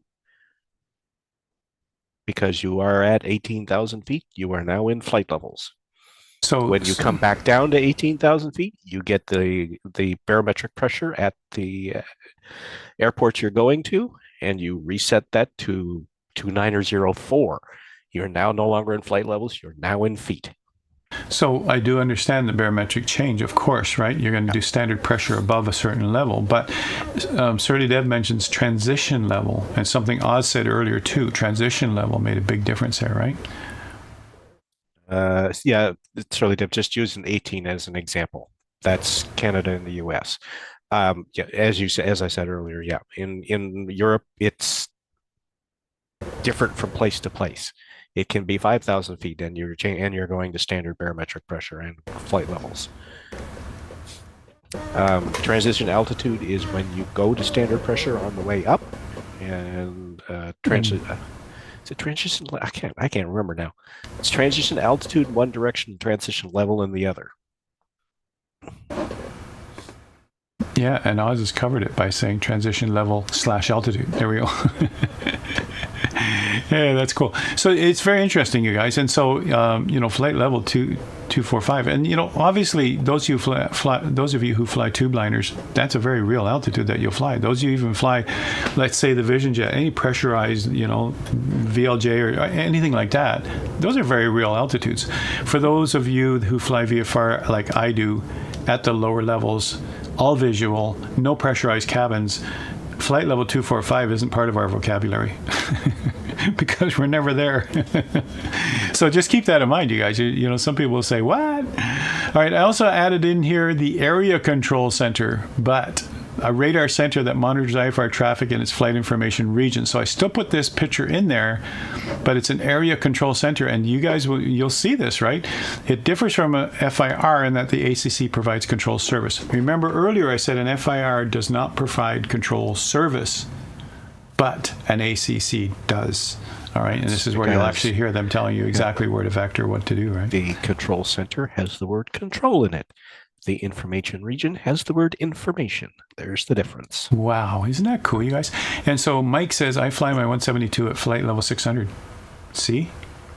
Right? Add 2 zeros, you guys. There you go. And why not? Mike, when we get to FS Expo, we're going to talk about flight level 600, right? That's going to be our answer to everything. So I'm going to ask a question. Your answer is flight level 600, Howard. All right? Yeah, that's our code word. Mike only pretends to be at flight level 600 because that means he doesn't have to talk to anybody. Because there's no ATC above 60,000. Because that's outside of class alpha. 60,000. Yeah. So discussion, Q&A. We've had a great discussion already. You guys have thrown in some answers. You've given me some hints as we go along. But this is a bigger topic. This is something that would be tested on your PPL exam. This is something you got to know. All right. Here we did it briefly. We're on a short little, live session for 2 to 2.5 hours. And typically ground school, a lot of ground schools I've been to start at 6 o'clock at night and go till 10. So that's 4 hours with a break or two, or some even have lunch breaks. I've actually attended a weekend, 2-weekend ground school. It was called the Accelerated Ground School. It was 12-hour days on each day to get your hours. And we were looking at curriculum. We were testing on retention. We were figuring out whether it was even effective. And, there's that also. You cover this kind of stuff, and it was like 10 o'clock in the morning, and by the time you got to 4 or 5 o'clock in the evening, you were going, Airspaces, when did we cover that? That was this morning. Oh, it's not necessarily good for your brain to do things fast like I did tonight. It's not necessarily good for your brain to do things in long periods like 12-hour days. You just can't retain all that stuff, you guys. But they do it. And they do say, yeah, they attended their 45 hours of ground school, but those people retained about 20% of what they learned. Right? And it always makes an interesting point. That altitude and flight level, i.e., for example, 18,000 feet, is not necessarily the exact same height as flight level 8180, because they're based on 2 different barometric pressures. So you hit 18,000 feet, you change your altimeter to standard pressure, and you may be flying at 17,500 right now, or you may be flying at 19,000. But everybody else in the area is flying at the same barometric pressure, so they all think you're flying at the same altitude. That's what's important. And that's why they do it. And that can cause differences when you get below that. When you have to have the barometric pressure and you don't. You haven't talked to somebody, you haven't got the latest barometric pressure, and someone else thinks they're 500 feet below you and they're not, right? That's where it gets dangerous, you guys. Barometric pressure is how the altimeter reads how high it is. That's, for those who don't know, that's what the instrument is for, right? That's how the instrument it works. And you will notice on what Howard has on the screen there, airspace classification, class alpha, which is completely IFR rated. You don't fly VFR in class alpha. Starts at 18,000 mean sea level. But so guess what? But even at 18,000, and you can't even see the ground. How are you supposed to do VFR? And you're above the clouds. Well, no, but I mean, you that's never the know, point. right? Class A is IFR only. You are literally not allowed to fly VFR in Class A airspace. You have to be under control of an air traffic controller. And I'll come to and flying IFR. I'll come to Charlie's question in a second here, Charlie. We're just waiting. I want to pause and let Andrew finish because he does pause, right? Surly Dev, you said you've been flying in MSFS at a certain height and ATC have said, please expedite your climb to, and they give you a number. And then you hit B and find them at the wrong altitude. So hitting B will automatically change your barometric pressure to whatever the current one is. We don't have that luxury in real aircraft. It's like, let's just hit B on the keyboard. Wait a minute, where's B on here? You know, so we have this shortcut. Just like, you know, in career mode, you can just press Control E and magically everything starts up properly in your airplane. You know, I mean, you know, that's why people call it a game when they get to the game part. It's like, do we want to go through and start up that Cirrus Vision Jet properly, or do you want to just press Control E and go fly? So, you know, and that's why people are labeling MSFS 2024 as a game, because same with barometric pressure in 2020 and 2024. Hit B, we're good. Right? See, if you're flying like an airliner, going up is easy. You literally push a button and it changes your barometric pressure to standard. But when you come back down, you still have to spin the knob to reset it. To whatever it is. It could have changed by the time you come back down, wherever you're coming back down. So you got to find out from somebody, and they'll tell you, a controller will tell you what it is, right, as you change it. So Zach mentions you guys, and this is the exact requirement from a CFII. The exact requirement is, yes, you are required to be. This is requirement, you guys. IFR rated, that's you, the pilot, and an IFR equipped aircraft, that's the plane you're flying, and be on an IFR flight plan to operate, an active IFR flight plan to operate in the Class A. And you guys, that's the part that people are going, well, I'm not IFR rated, but my plane is, I'm good, right? No, it's not. You got to have those three requirements or you're breaking the law, right? That's for sure. And it's a different Zach, Howard, just to point it out. Oh, is that the Zach with this? Is that our Zach in here in Florida? No. Oh, this Zachary Cody. Oh, sorry, Zach. You're so knowledgeable and you're helping us out. I kept thinking it's our CFI from here in Florida, right? Who tunes in a lot too. I guess his handle is just Zach. He's Zach. Is it Zach the Gamer? Zach the Gamer. That's okay. I'm sorry. But look at the stuff he knows. So Zach, how's your background? Are you an instructor, or how do you know so much and help us out on the channel? That's pretty cool. Because he just passed his PPL last week. So that he knows stuff, right? Yeah, that's great. Why it's just a lowly just PPL. A lowly Zach, PPL, there's no Zach. such thing. No, you know what? It's a huge accomplishment. Let me say this, you guys. You're now a licensed learner. I worked with a lot of flight schools. I helped them with curriculum. I don't know more than their instructors. I help them learn to teach properly. That's what I help with. And let me say this, 85% of all flight students drop out. 85% never get their PPL. Only 15% of us get our PPL. That's general average, right? Now, it could change with different instructors. It could change with different flight schools because of their curriculum, their methodology for teaching, and how they retain their students. And that's what I was helping refine. Not the knowledge of aviation. That's what they know. But they aren't natural-born teachers. And there is skills, there's methodologies. You know, that's where we got our certificates from in teaching, because we had to study all that stuff even at the university level. And so you can retain students better than the average if you try different methodologies and ways to get people inspired to keep going and get over those hurdles. And that's what we were experimenting with. It was actually pretty cool. Zach says, I will take the CFII though. That's cool, right? All right, so that's cool. Now, after all of that, we still got to cover minimum altitudes. Holy moly, man, it's all theory all night, you know? And then we're going to take the quiz. We're going to give you guys the QR code to take the quiz on your phones right away. We can see results before we finish the stream. Is that cool or what, right? Kata says, I wish I could get my PPL. The cost has gone beyond what I can afford. I think I need a different CFI. So let me say this about this. Let me say this about that. Kata, I always recommend that you try a different CFI if you're at a hurdle. The hurdle could be whatever reason, but it's just a different way of teaching, a different way of showing you that one skill. For me, it was actually landing, and now I can teach others how to land, and they say, man, that's so much easier than I thought it would be. It took me a different instructor. The instructor I had, she was awesome, but the landing part, it came natural to her, and she didn't really know mechanics behind it. She just said generalities. And to me, I needed exact. When I learned the ballroom dance, I needed to know, are my feet at 45 degrees, 30 degrees? What's the angle? They was, I don't know the angle, just go. And so she was general in the landing part. And so I said, after 2 lessons with her, I said, I'm not getting it. My landings were rough. And so she said, I'm going to give you to a different instructor and we'll see how it goes. And that's professional courtesy. Handing a student to another instructor could lose that student forever. That instructor could lose me if I liked the new instructor. But the new instructor, first lesson, boom, I was smooth landings, greasing it every time, setting my speed with my yoke, and then just powering in and out, right? And to get there. And that's the way to do it.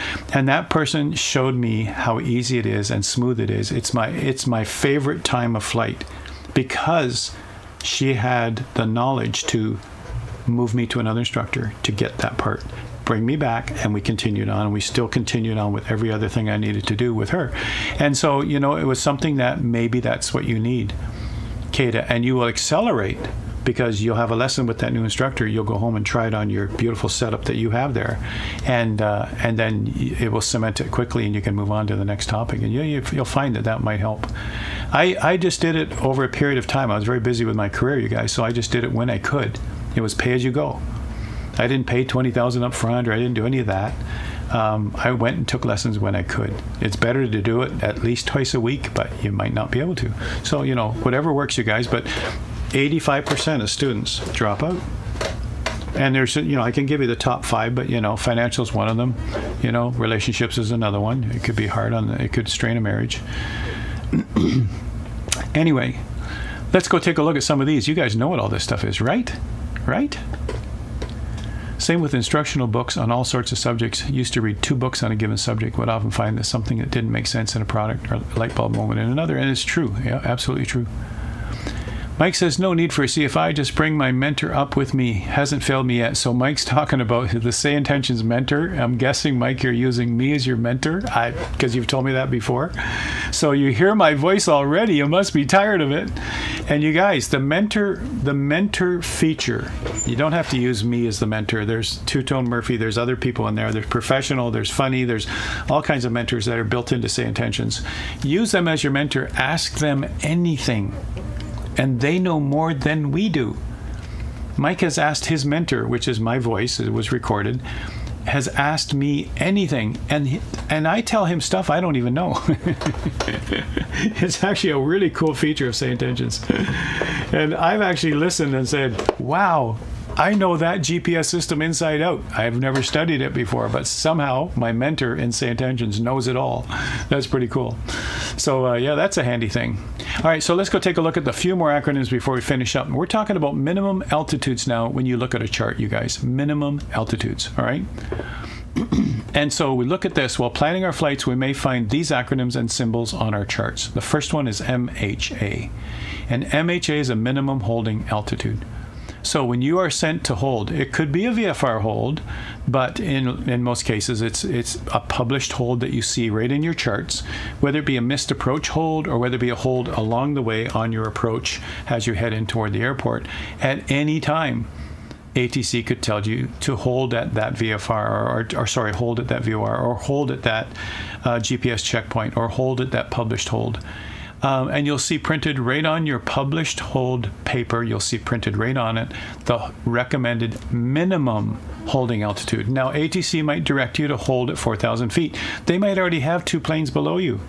So you're holding at 4,000 feet because that's what you were told to do. But, this is the minimum. And why is that? Because of obstacle clearance.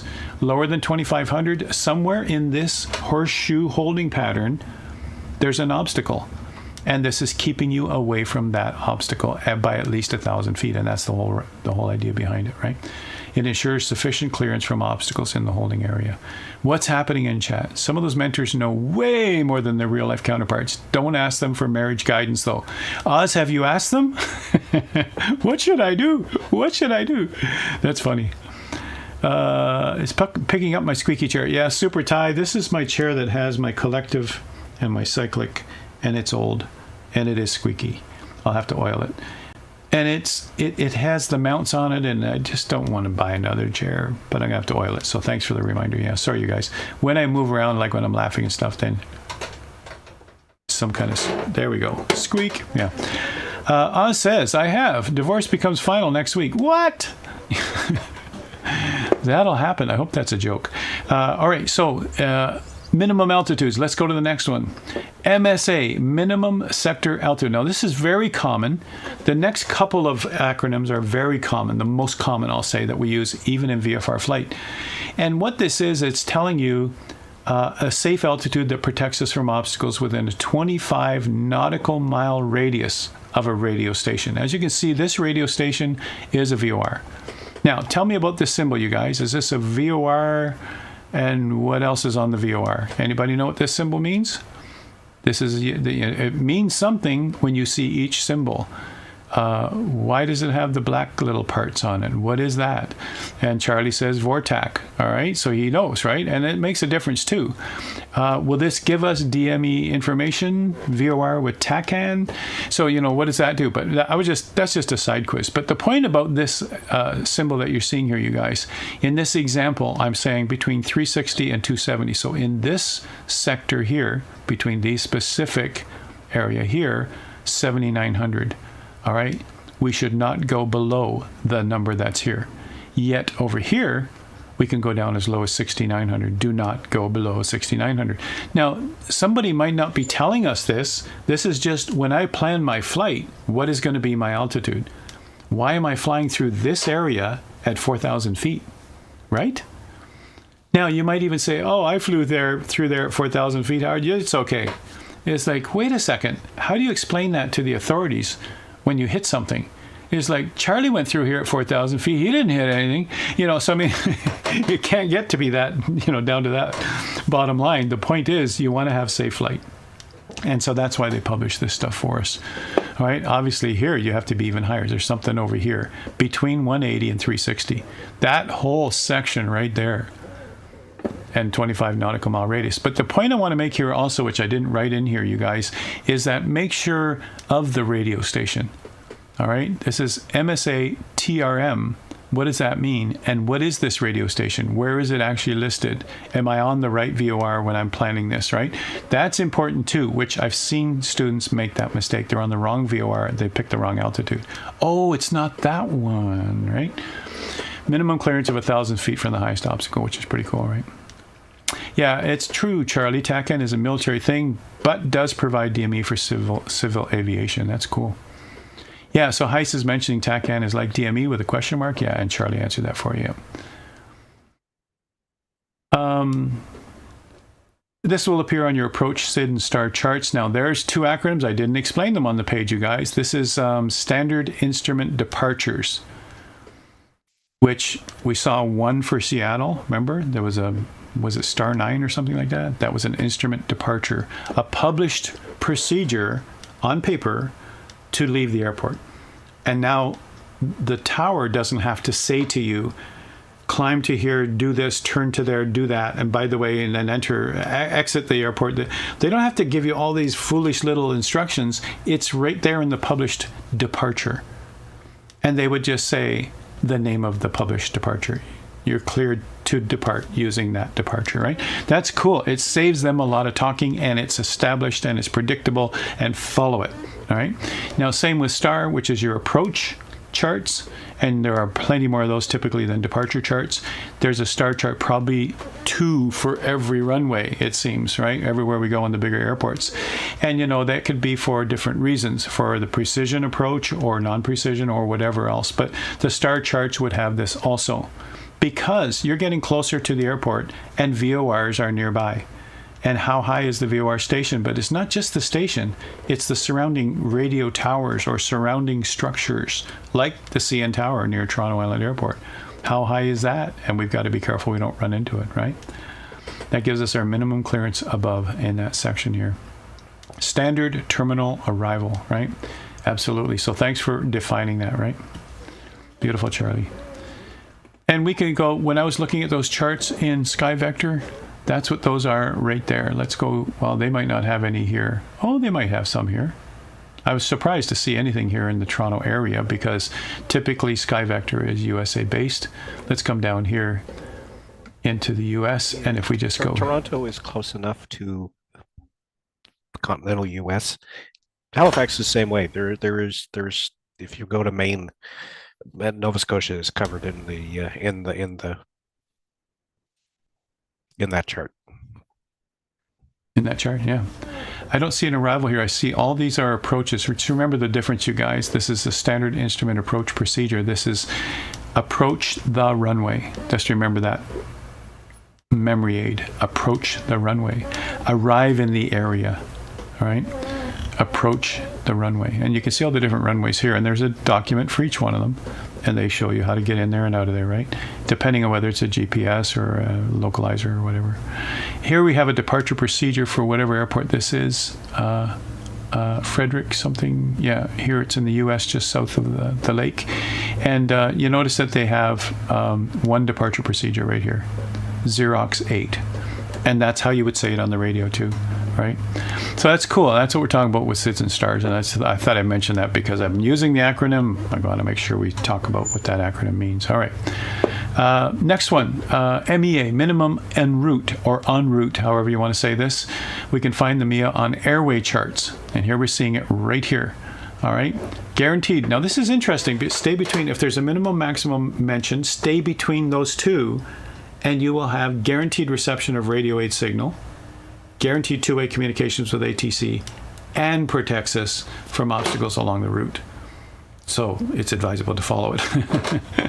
Right? It's like, okay, the MIA. Now I'm going to talk about MIA versus MOCA and stuff like that. So we'll talk about that in a minute here.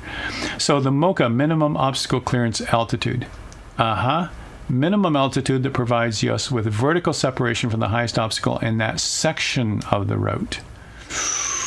In that section of the route. And you notice this diagram, wherever I stole this from, this diagram here, I didn't make it.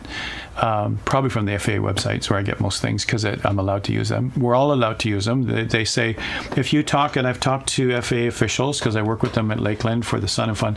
I talk to them and say, you know, I borrow pictures and I borrow stuff from the FAA website all the time. He says, the FAA website belongs to the taxpayers. It's yours. I didn't tell him I was Canadian, but, you know, so it belongs to the American taxpayers because they pay for it out of their taxes. So you're allowed to have all that stuff and show it. Just give them credit. So I'm not sure where I got this one, but probably from the FAA website, right? Anyway, you can see in here, there's MIA and there's MOCA. MOCA. And you see a star there beside it. Anybody know if that star is a significance or if that star means MOCA? All right, that's what I'm going to ask you. The minimum vertical separations are 1,000 feet when the obstacle elevation is below 3,000. 1,500 foot separation when the obstacle elevation is between 3,000 to 5,000. And you'll get 2,000 foot separation when the obstacle elevation is greater than 5. All right. Mike's Oz says to Mike, you spelt, is that a word spelt? TEA wrong. Ooh. It's T, as in what you drink, because Mike said I do. Oh my God, we're talking acronyms, you guys, and you guys throw T in there in capital letters. You know? Okay, so I get it now. They're talking about tea. Oz is talking about tea. Mike started and he's talking about MOCA. Okay. Oh, I get it. Okay, I didn't get it. Okay, I was thinking acronyms. Okay, so you guys, MORA. I mean, you guys are going to come up with something funny for this too, right? Minimum off route. What? Off route? And here it's actually showing you a planning chart of all the different flight levels, and they're talking about a 10 nautical mile diameter, 5 nautical mile radius. What if you go off route? It protects us when we leave a route laterally for less than 10 nautical miles. Whoops, I said laterally for less than 10 nautical miles. Laterally. I said it twice by accident. Ensures us our vertical non-mountainous and our vertical mountainous. That's interesting to know too. It's fine-tuning, you guys, but it's still interesting to know. And as if they've shown here, just by giving you the example here, here's first waypoint, second waypoint, and they're actually drawing the lines to show you, and they're figuring out the flight level as they go along. What flight level would you pick? All right. In this case, they're circling 200. Anybody know why? I'm not sure why they're circling with this diagram. I have to look at this now. 90, 95, 120's over there, 85's over there. 77, 53, 44, 47. Huh. There's a mountain. Is it because they touched the corner? No. But anyway, yeah, there might be the mountain in there. Now, let's talk about grid Mora. And this is the one that most of us will understand because even VFR flight, we go by this stuff. We're not going to be up in the flight levels, as I mentioned. A lot of VFR flights are happening down, certainly in the lower levels where we can breathe. And we can obviously are clear of cloud and we can obviously see the ground. That's what VFR is, right? And when you take your pilot license training, you will be doing VFR. And it's the hardest thing for an instructor to do is to get you to look out the window. New student pilots, because they've been in a sim probably, new student pilots are glued to the instruments. And the instructor is saying, look out the window. But you know, you can glance at your altimeter, you can glance at your airspeed, and you got to nail things on those things. But you've got to look out the window. You're descending, there's more ground than sky. You're climbing, there's more sky than ground. You know, all these things you're taught, basic stuff in flying is all VFR. So VFR flying is what we do even when we do our solo cross countries, dual cross country, everything inside your PPL is all VFR. Now, at some point, they will start doing reference scanning to the instruments and giving you a feel for instruments in case you're ever in instruments, but it's not an IFR rating. It's nowhere near it. All right. They will do that in case you're ever stuck in cloud accidentally and you have to look at your instruments and get out of there. So they'll give us some basic orientation of instrument scan and getting out of a bad area, get back to VFR where you're supposed to be. Now, other than all of that, now I'm going to plan my VFR flight. There's the ground. I see sort of mountainous areas. I'm looking at the terrain, and I see these numbers. This is grid Mora. Now, what this means, minimum off-route altitude by grid. My flight plan is not following any one specific route. My flight plan, I want to go over to this river. I want to turn left and head over to the railroad, and from the railroad, I want to turn left and see my house. There's no route that takes me there. I'm making my own route. And so I need to know in this whole quadrant, is there anything I'm going to hit? I'm coming at it at 120 knots in a Cessna 172. Nothing trailblazing there, but I could still come across a radio tower and hit it without seeing it, without like, whoops, what was that? All right, so you want to be aware of these things, and that's what this is for. All right, so you notice it says within a grid. Within a grid. Now let me just say, we'll come back to this first screen here. You know, this was Mora, and this is now grid Mora. So remember, Mora by itself, minimum off-route altitude, if we leave a route or route, latitude for less than 10. So we're away from it, but we're still following that route. We're still following that route. We're still protected in that zone or corridor, if you want to call it that. But here with grid Mora, it says within the grid. Take a look at the grid. This is right out of SkyVector. There's our grid marks right there. And as pilots, we have a transparent measuring device that has the same grid on it. And we're going to use that to figure out things on our map. And within that grid, those are our obstacles that we have to think about. And that's the highest obstacle, and that's going to give us our clearance so that we're never going to hit something accidentally. That's the idea behind it. That is a really cool thing. Seriously, Discord chat channel called Stream Off Topic might be good. Okay. It's great you guys are together. I like it. I'm just going to keep going because I know it's a tough topic. Now just think that in ground school, you can't be conversing like that. You can't. All right, but we're not so strict here, right? And I get it, you guys. I get it. It's actually good to be together, you guys. But, you know, and some of you will come back and look at the VOD if there's something in here that you missed or something you want to know. I would like each of you, even those of you who've been distracted in chat right now, I'd like you to take the quiz at the end because you probably already know this stuff, and that's why you're okay chatting, right? So protects us for 1,000 feet vertically when the highest elevations are 5. Protects us for 2,000 feet when the highest elevations are 5,001 and above. Cool. And so we trust these numbers. You look on the chart now, you'll see them everywhere, even if you've never noticed them before. Oh, 19, 13, 13, here we go. 28, 27. Oh, these are all nice and low. 34, we're getting higher. 34. Any mountains? Let's go over to some mountainous areas. Oh, let's head over to the west side, right, Kata?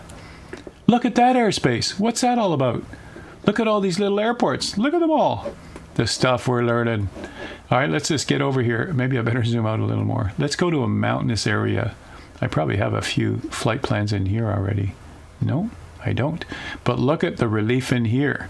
Look at the numbers, 12.2 in this quadrant, 14.5 in that quadrant, 9.4 in that quadrant. Should get lower down here, 1.6, oop, up to 4.2. So, you know, this is good to know. And that's the grid in each area, all right? There's the next grid. There's got to be one in there, and there's the next grid. All right, this is a cool thing. This is on live, you guys, Sky Vector. Cool. Cool. All right, so grid Mora is only based on elevation, not man-made Charlie, objects. No. It actually does include. You could have a 3,000-foot hill with a 500-foot tower on top of it, and the grid Mora is going to reference the top of that tower. Looks like a glacier peak is the highest point in the grid. Going to crash and burn in the quiz, Oz says, because you were distracted, my friend. Grid Mora is only based on. Okay, I see. Andrew answered that. Cool. Yeah. And that's good to know, you guys. And if in doubt, go to the FAA website. Don't tell your instructor Howard said, because you'll go, who? Who is this masked man? All right, so practice, you guys. Now, what I'm going to say to you is we were going to fly, but we're not going to do that. This is all theory-based, and we're not going to make a flight plan. This would be another whole lesson in a ground school. It's like, let's all plan a lesson now. Let's fly. In this case, I was planning on for us flying from Vancouver to, you know, to the south to Painfield Airspaces and figure out cruising altitude, figure out, you know, we're going to do VFR. Do we need to be even plus 500, odd plus 500, all that stuff. And my chair keeps squeaking every time I move. I got to fix it. Sorry, Super Ty. And so that was the plan. I'm going to ask you guys to do this on your own, though. Knowing now that even Little Nav Map Free can give us these airspaces. Oops, I can't move it around. That's a picture I took. But you can see in here all the different airspaces, all the different regions, like this is cool. Plan a flight and see if you can get it right. All right, look at your obstacles, look at your acronyms, figure it all out, and take a look at those. I'm saying in here also to try Sky Vector and see what real pilots use for planning, right? That's pretty cool. Okay, further research of altitude acronyms. There's plenty more. I put them in here just for reference for those of you who already knew all the ones before, and now you wanted to hear some new ones. Look at them all, and this is just a handful, you guys. Just a handful. And you notice a lot of them do start with M for minimum, right? The interesting part is M is the first letter for maximum too. But we're lucky in this case, all of them stand for minimum. All right. And some of them refer to just IFR flight itself. All right. All right, so that's just, I'm not going to go through them all. That's just here for reference if you want to see that. Remember that if you are a subscriber to this channel, you can contact Andrew or I on Discord, and we will send you this presentation by PDF, all right? And also, I'll be making them available for purchase for those who are not subscribers to the channel. You can certainly go get these presentations if you want them, if you find some value in them. And I'm not sure the price, probably $2 to pick up the presentation on the website. And I'll put lots of them there from over the years that I've been doing. People have been asking for them. So that's it. Now we take the quiz. Are you ready for it? Take a look in here. I've done a lot of Florida flights too. I've done a ton of flights over here in career mode. I've done a few mountain rescues down here. Oh my gosh, all the places I've been. Up here too. Oh, look at this big long flight here. That's considered long in career mode. And a few more up here. Like, it's just, this is just North America. I've done a whole bunch in Europe, done a lot in Australia. I've got literally hundreds of hours now in career mode, and I'm ready to finally make part 3, the video of career mode tips and tricks. We learned a lot from Oz. We learned a lot from my own experience, and I'm going to make that into a video. That's coming up. All right, here it is. Go scan. Let's see what happens, you guys. If you scan that code or type in that URL, you too can go try this. Open up your phone. It will automatically, or it should automatically, pick that QR code up. Mine says open in Chrome, and I'm heading in. It's probably going to tell me that I've already been there because I tested it. And that should say acronym series, airspaces, and altitudes quiz. Nope, it says you need access. So does it? Yep. Okay. Oh, I guess that's what happened with you, Mike, but I thought I fixed it. Okay, let me just go fix it, you guys. And we shall get access. I'll go to the forum itself, and let's just see why. Copy the response link. No, I should be able to.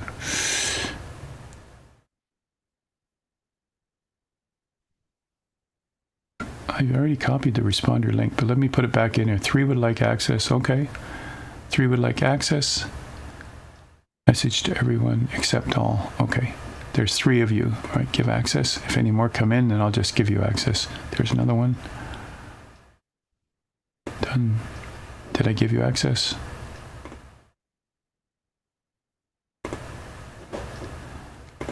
Super Ty says, see you all next time. I got to cook my food and I'm hungry. 10 after 7. Yep. It's around that time, isn't it? Yep. Good night, Super Ty. Have a good supper. See you on Thursday. Share a form. There you go. That was for you, Charlie. Oz, did you get it? Did it reply to you yet? Share. I'm not putting a message in. I'm just saying share, you guys. Let me see who else I've missed. Crest is no, okay. I must have given it to you already because that one doesn't exist. Zachary, I've given you the request. All right. So anybody that's still not getting it, I have to go into the form. It's a Google form. I have to go in there and figure out why. Because this, I've done this for our all of our big events. I've done this too, and I don't know why I have to tell people. All right. Settings. Responses, do not collect email addresses.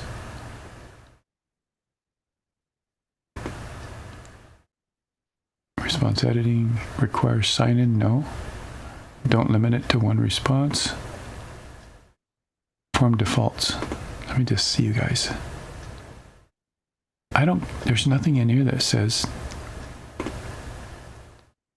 summary. Now, can I do this without showing email addresses? Yep. So let's take a look at the results anyway. Sorry, guys, I'm not sure why I have to give you guys. So, 100% say Mia guarantees radio reception. Oh, interesting, see? This is the results. If I look down the list here for this question, what's the difference between Mora and Grid Mora? All of you said Mora provides 10 nautical miles of off-route centerline. Look at that. That's cool. What are the limitations of Class A? 100% of you got it from 18 to flight level 600. Look at this. 100%. What, we got perfect answers here. Oh, that's just one person. Oh, it's one person? Oh, so maybe it's only one. Oh, we only have one finished. Okay. There we go. One is finished. I shouldn't have shown that yet. That's why. It's just I'm feeling, Super Ty's going for dinner. I'm feeling pressured. So as you guys take that now, then I don't see any more responses in here to get the link. Some of you are working on it right now.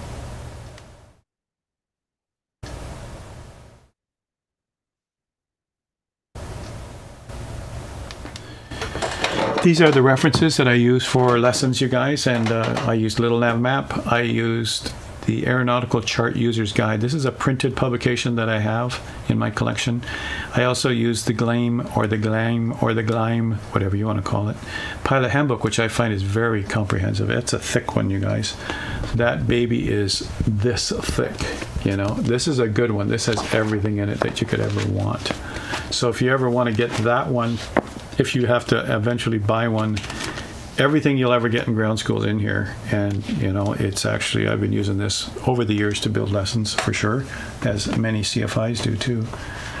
There's the other one I just showed you, but it's got green on it, so it's transparent. And a few other publications that I might not have shown you here, but I've used. Hi says, I'm just finished. Do you see it? Yep, I see 5 responses. Yep.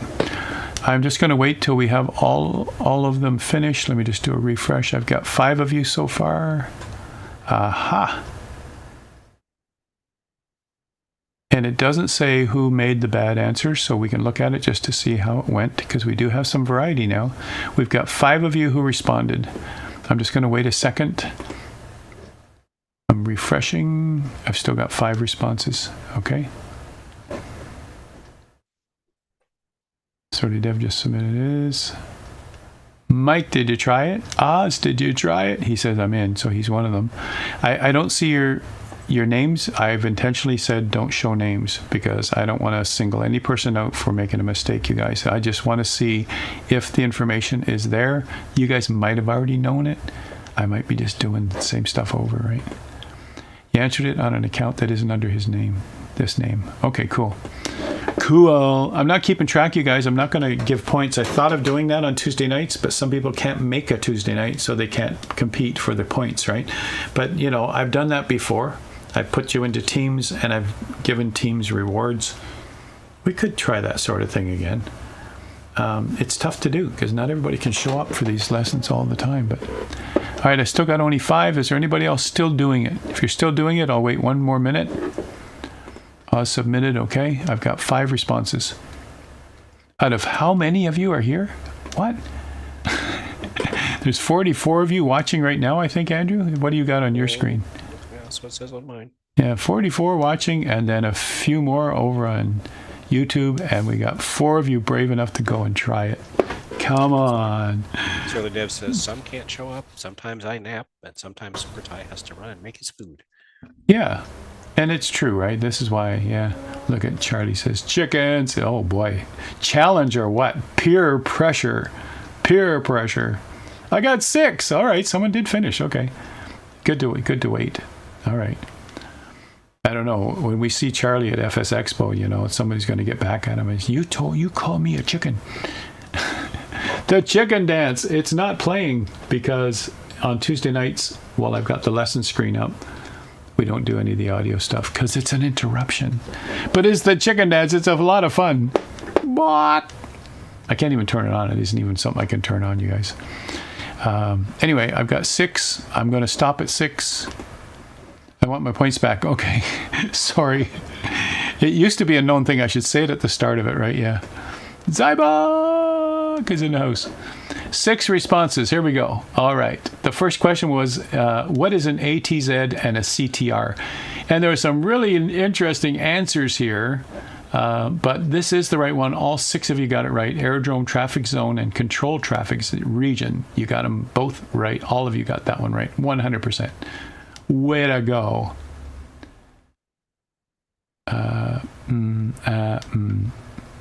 Next one. What's the difference between Mocha and Mia? And interesting that a third of you said Mocha for VFR and Mia for IFR.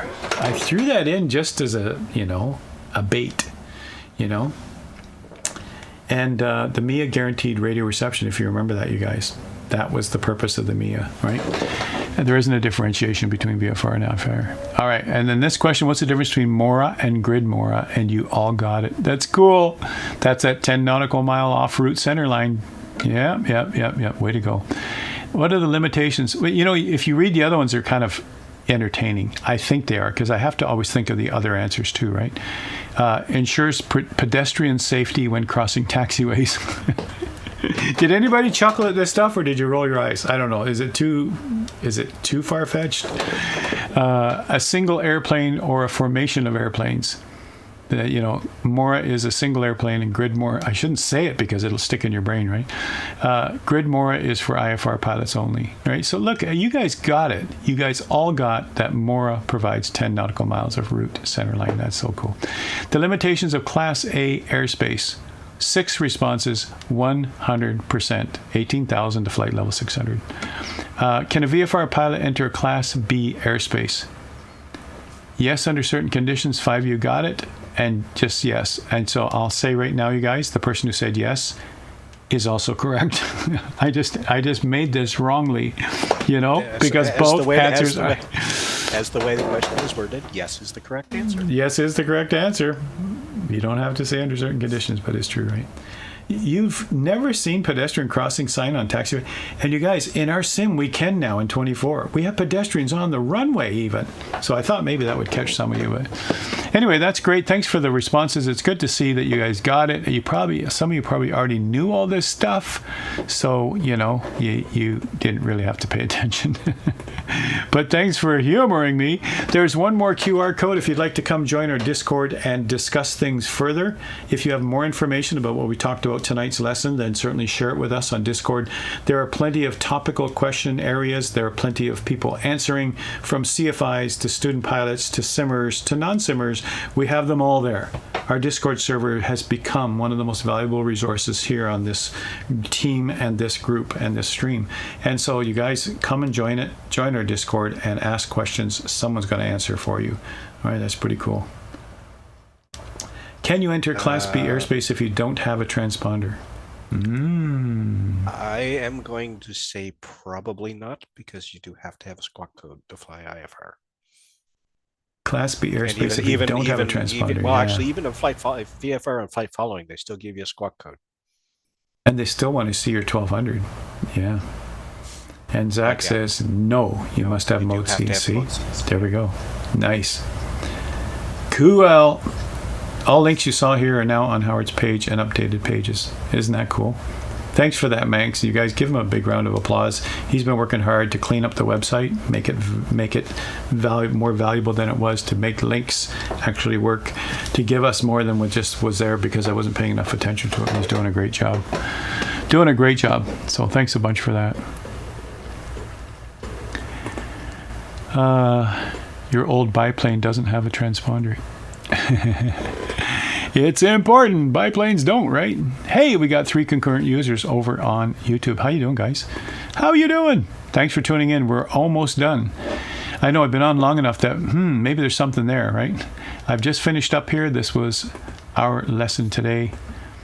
Look at that wallpaper, you guys. But this was our lesson today on airspaces and acronyms. Now, let me just also mention to you, I have it ready here somewhere, what's going to happen next week. Next week, ladies and gentlemen, we are going to go to learning a new airplane. Here we are with the famous airplane. Here it is in 2024, waiting to be washed. Here it is again in 2024 after a successful flight. This is what we're covering next Tuesday, you guys. This is the Cirrus Vision Jet. And I've seen this up close and personal. It's bigger than we think. And it's a wonderful plane. And we get it to use it. And we want to be able to learn to fly it properly. And that's what next Tuesday's lesson for. The Tuesday after that, well, Rad and I got to get together and do a couple of meetings and pull together our curriculum plan for working on SAR. The week after the Cirrus Vision Jet, we'll be working on search and rescue from a real search and rescue person. That's pretty cool. We'll be doing that the week after, right? Yes, early dev, I got it in 2020. This lesson was originally made for 2020 back in the day. I'm bringing it back from popular demand, right? Early dev said I got 50 hours in it. Learning to fly it properly. After 50 hours, you probably know it all. But now we could start it up without using Control E. And then what else do we need to know? You know what I mean? It's going to be fun, you guys. It's going to be a riot. So we'll see you in the next stream, which is this Thursday evening. We'll include YouTube and simultaneously Twitch, and we are going to be covering what's called cockpit chatter. And what we do during that session, during that time, is we talk about anything sim-related, aviation-related, hardware or software-related, whatever topics you want to come up with, whatever things you have had experience with. And you can even share your cockpit photos, which we typically review on Thursdays, but lately no one has been sending their new cockpit photos. So we haven't shown them on Thursdays, but that's what we'll typically do. Submit them to our Discord server in the cockpit hardware section, and we will show it on stream and show everybody what you got. From the simplest setup with an Xbox controller and an Xbox and a TV, to the most complex setups like we see with CADA. Homemade, took a long time to make, and it's custom made, and it's awesome. Anyway, thanks for that, Charlie. Thanks everybody for your support and your replies, and we'll see you again soon in the next stream. My name's Howard of ForderLearnToFly, and we have Andrew, who's been helping us out with the lesson all along with his knowledge of aviation, and we shall both see you on Thursday. Night, everybody. Night, everybody. See you next time. Ciao. See you again.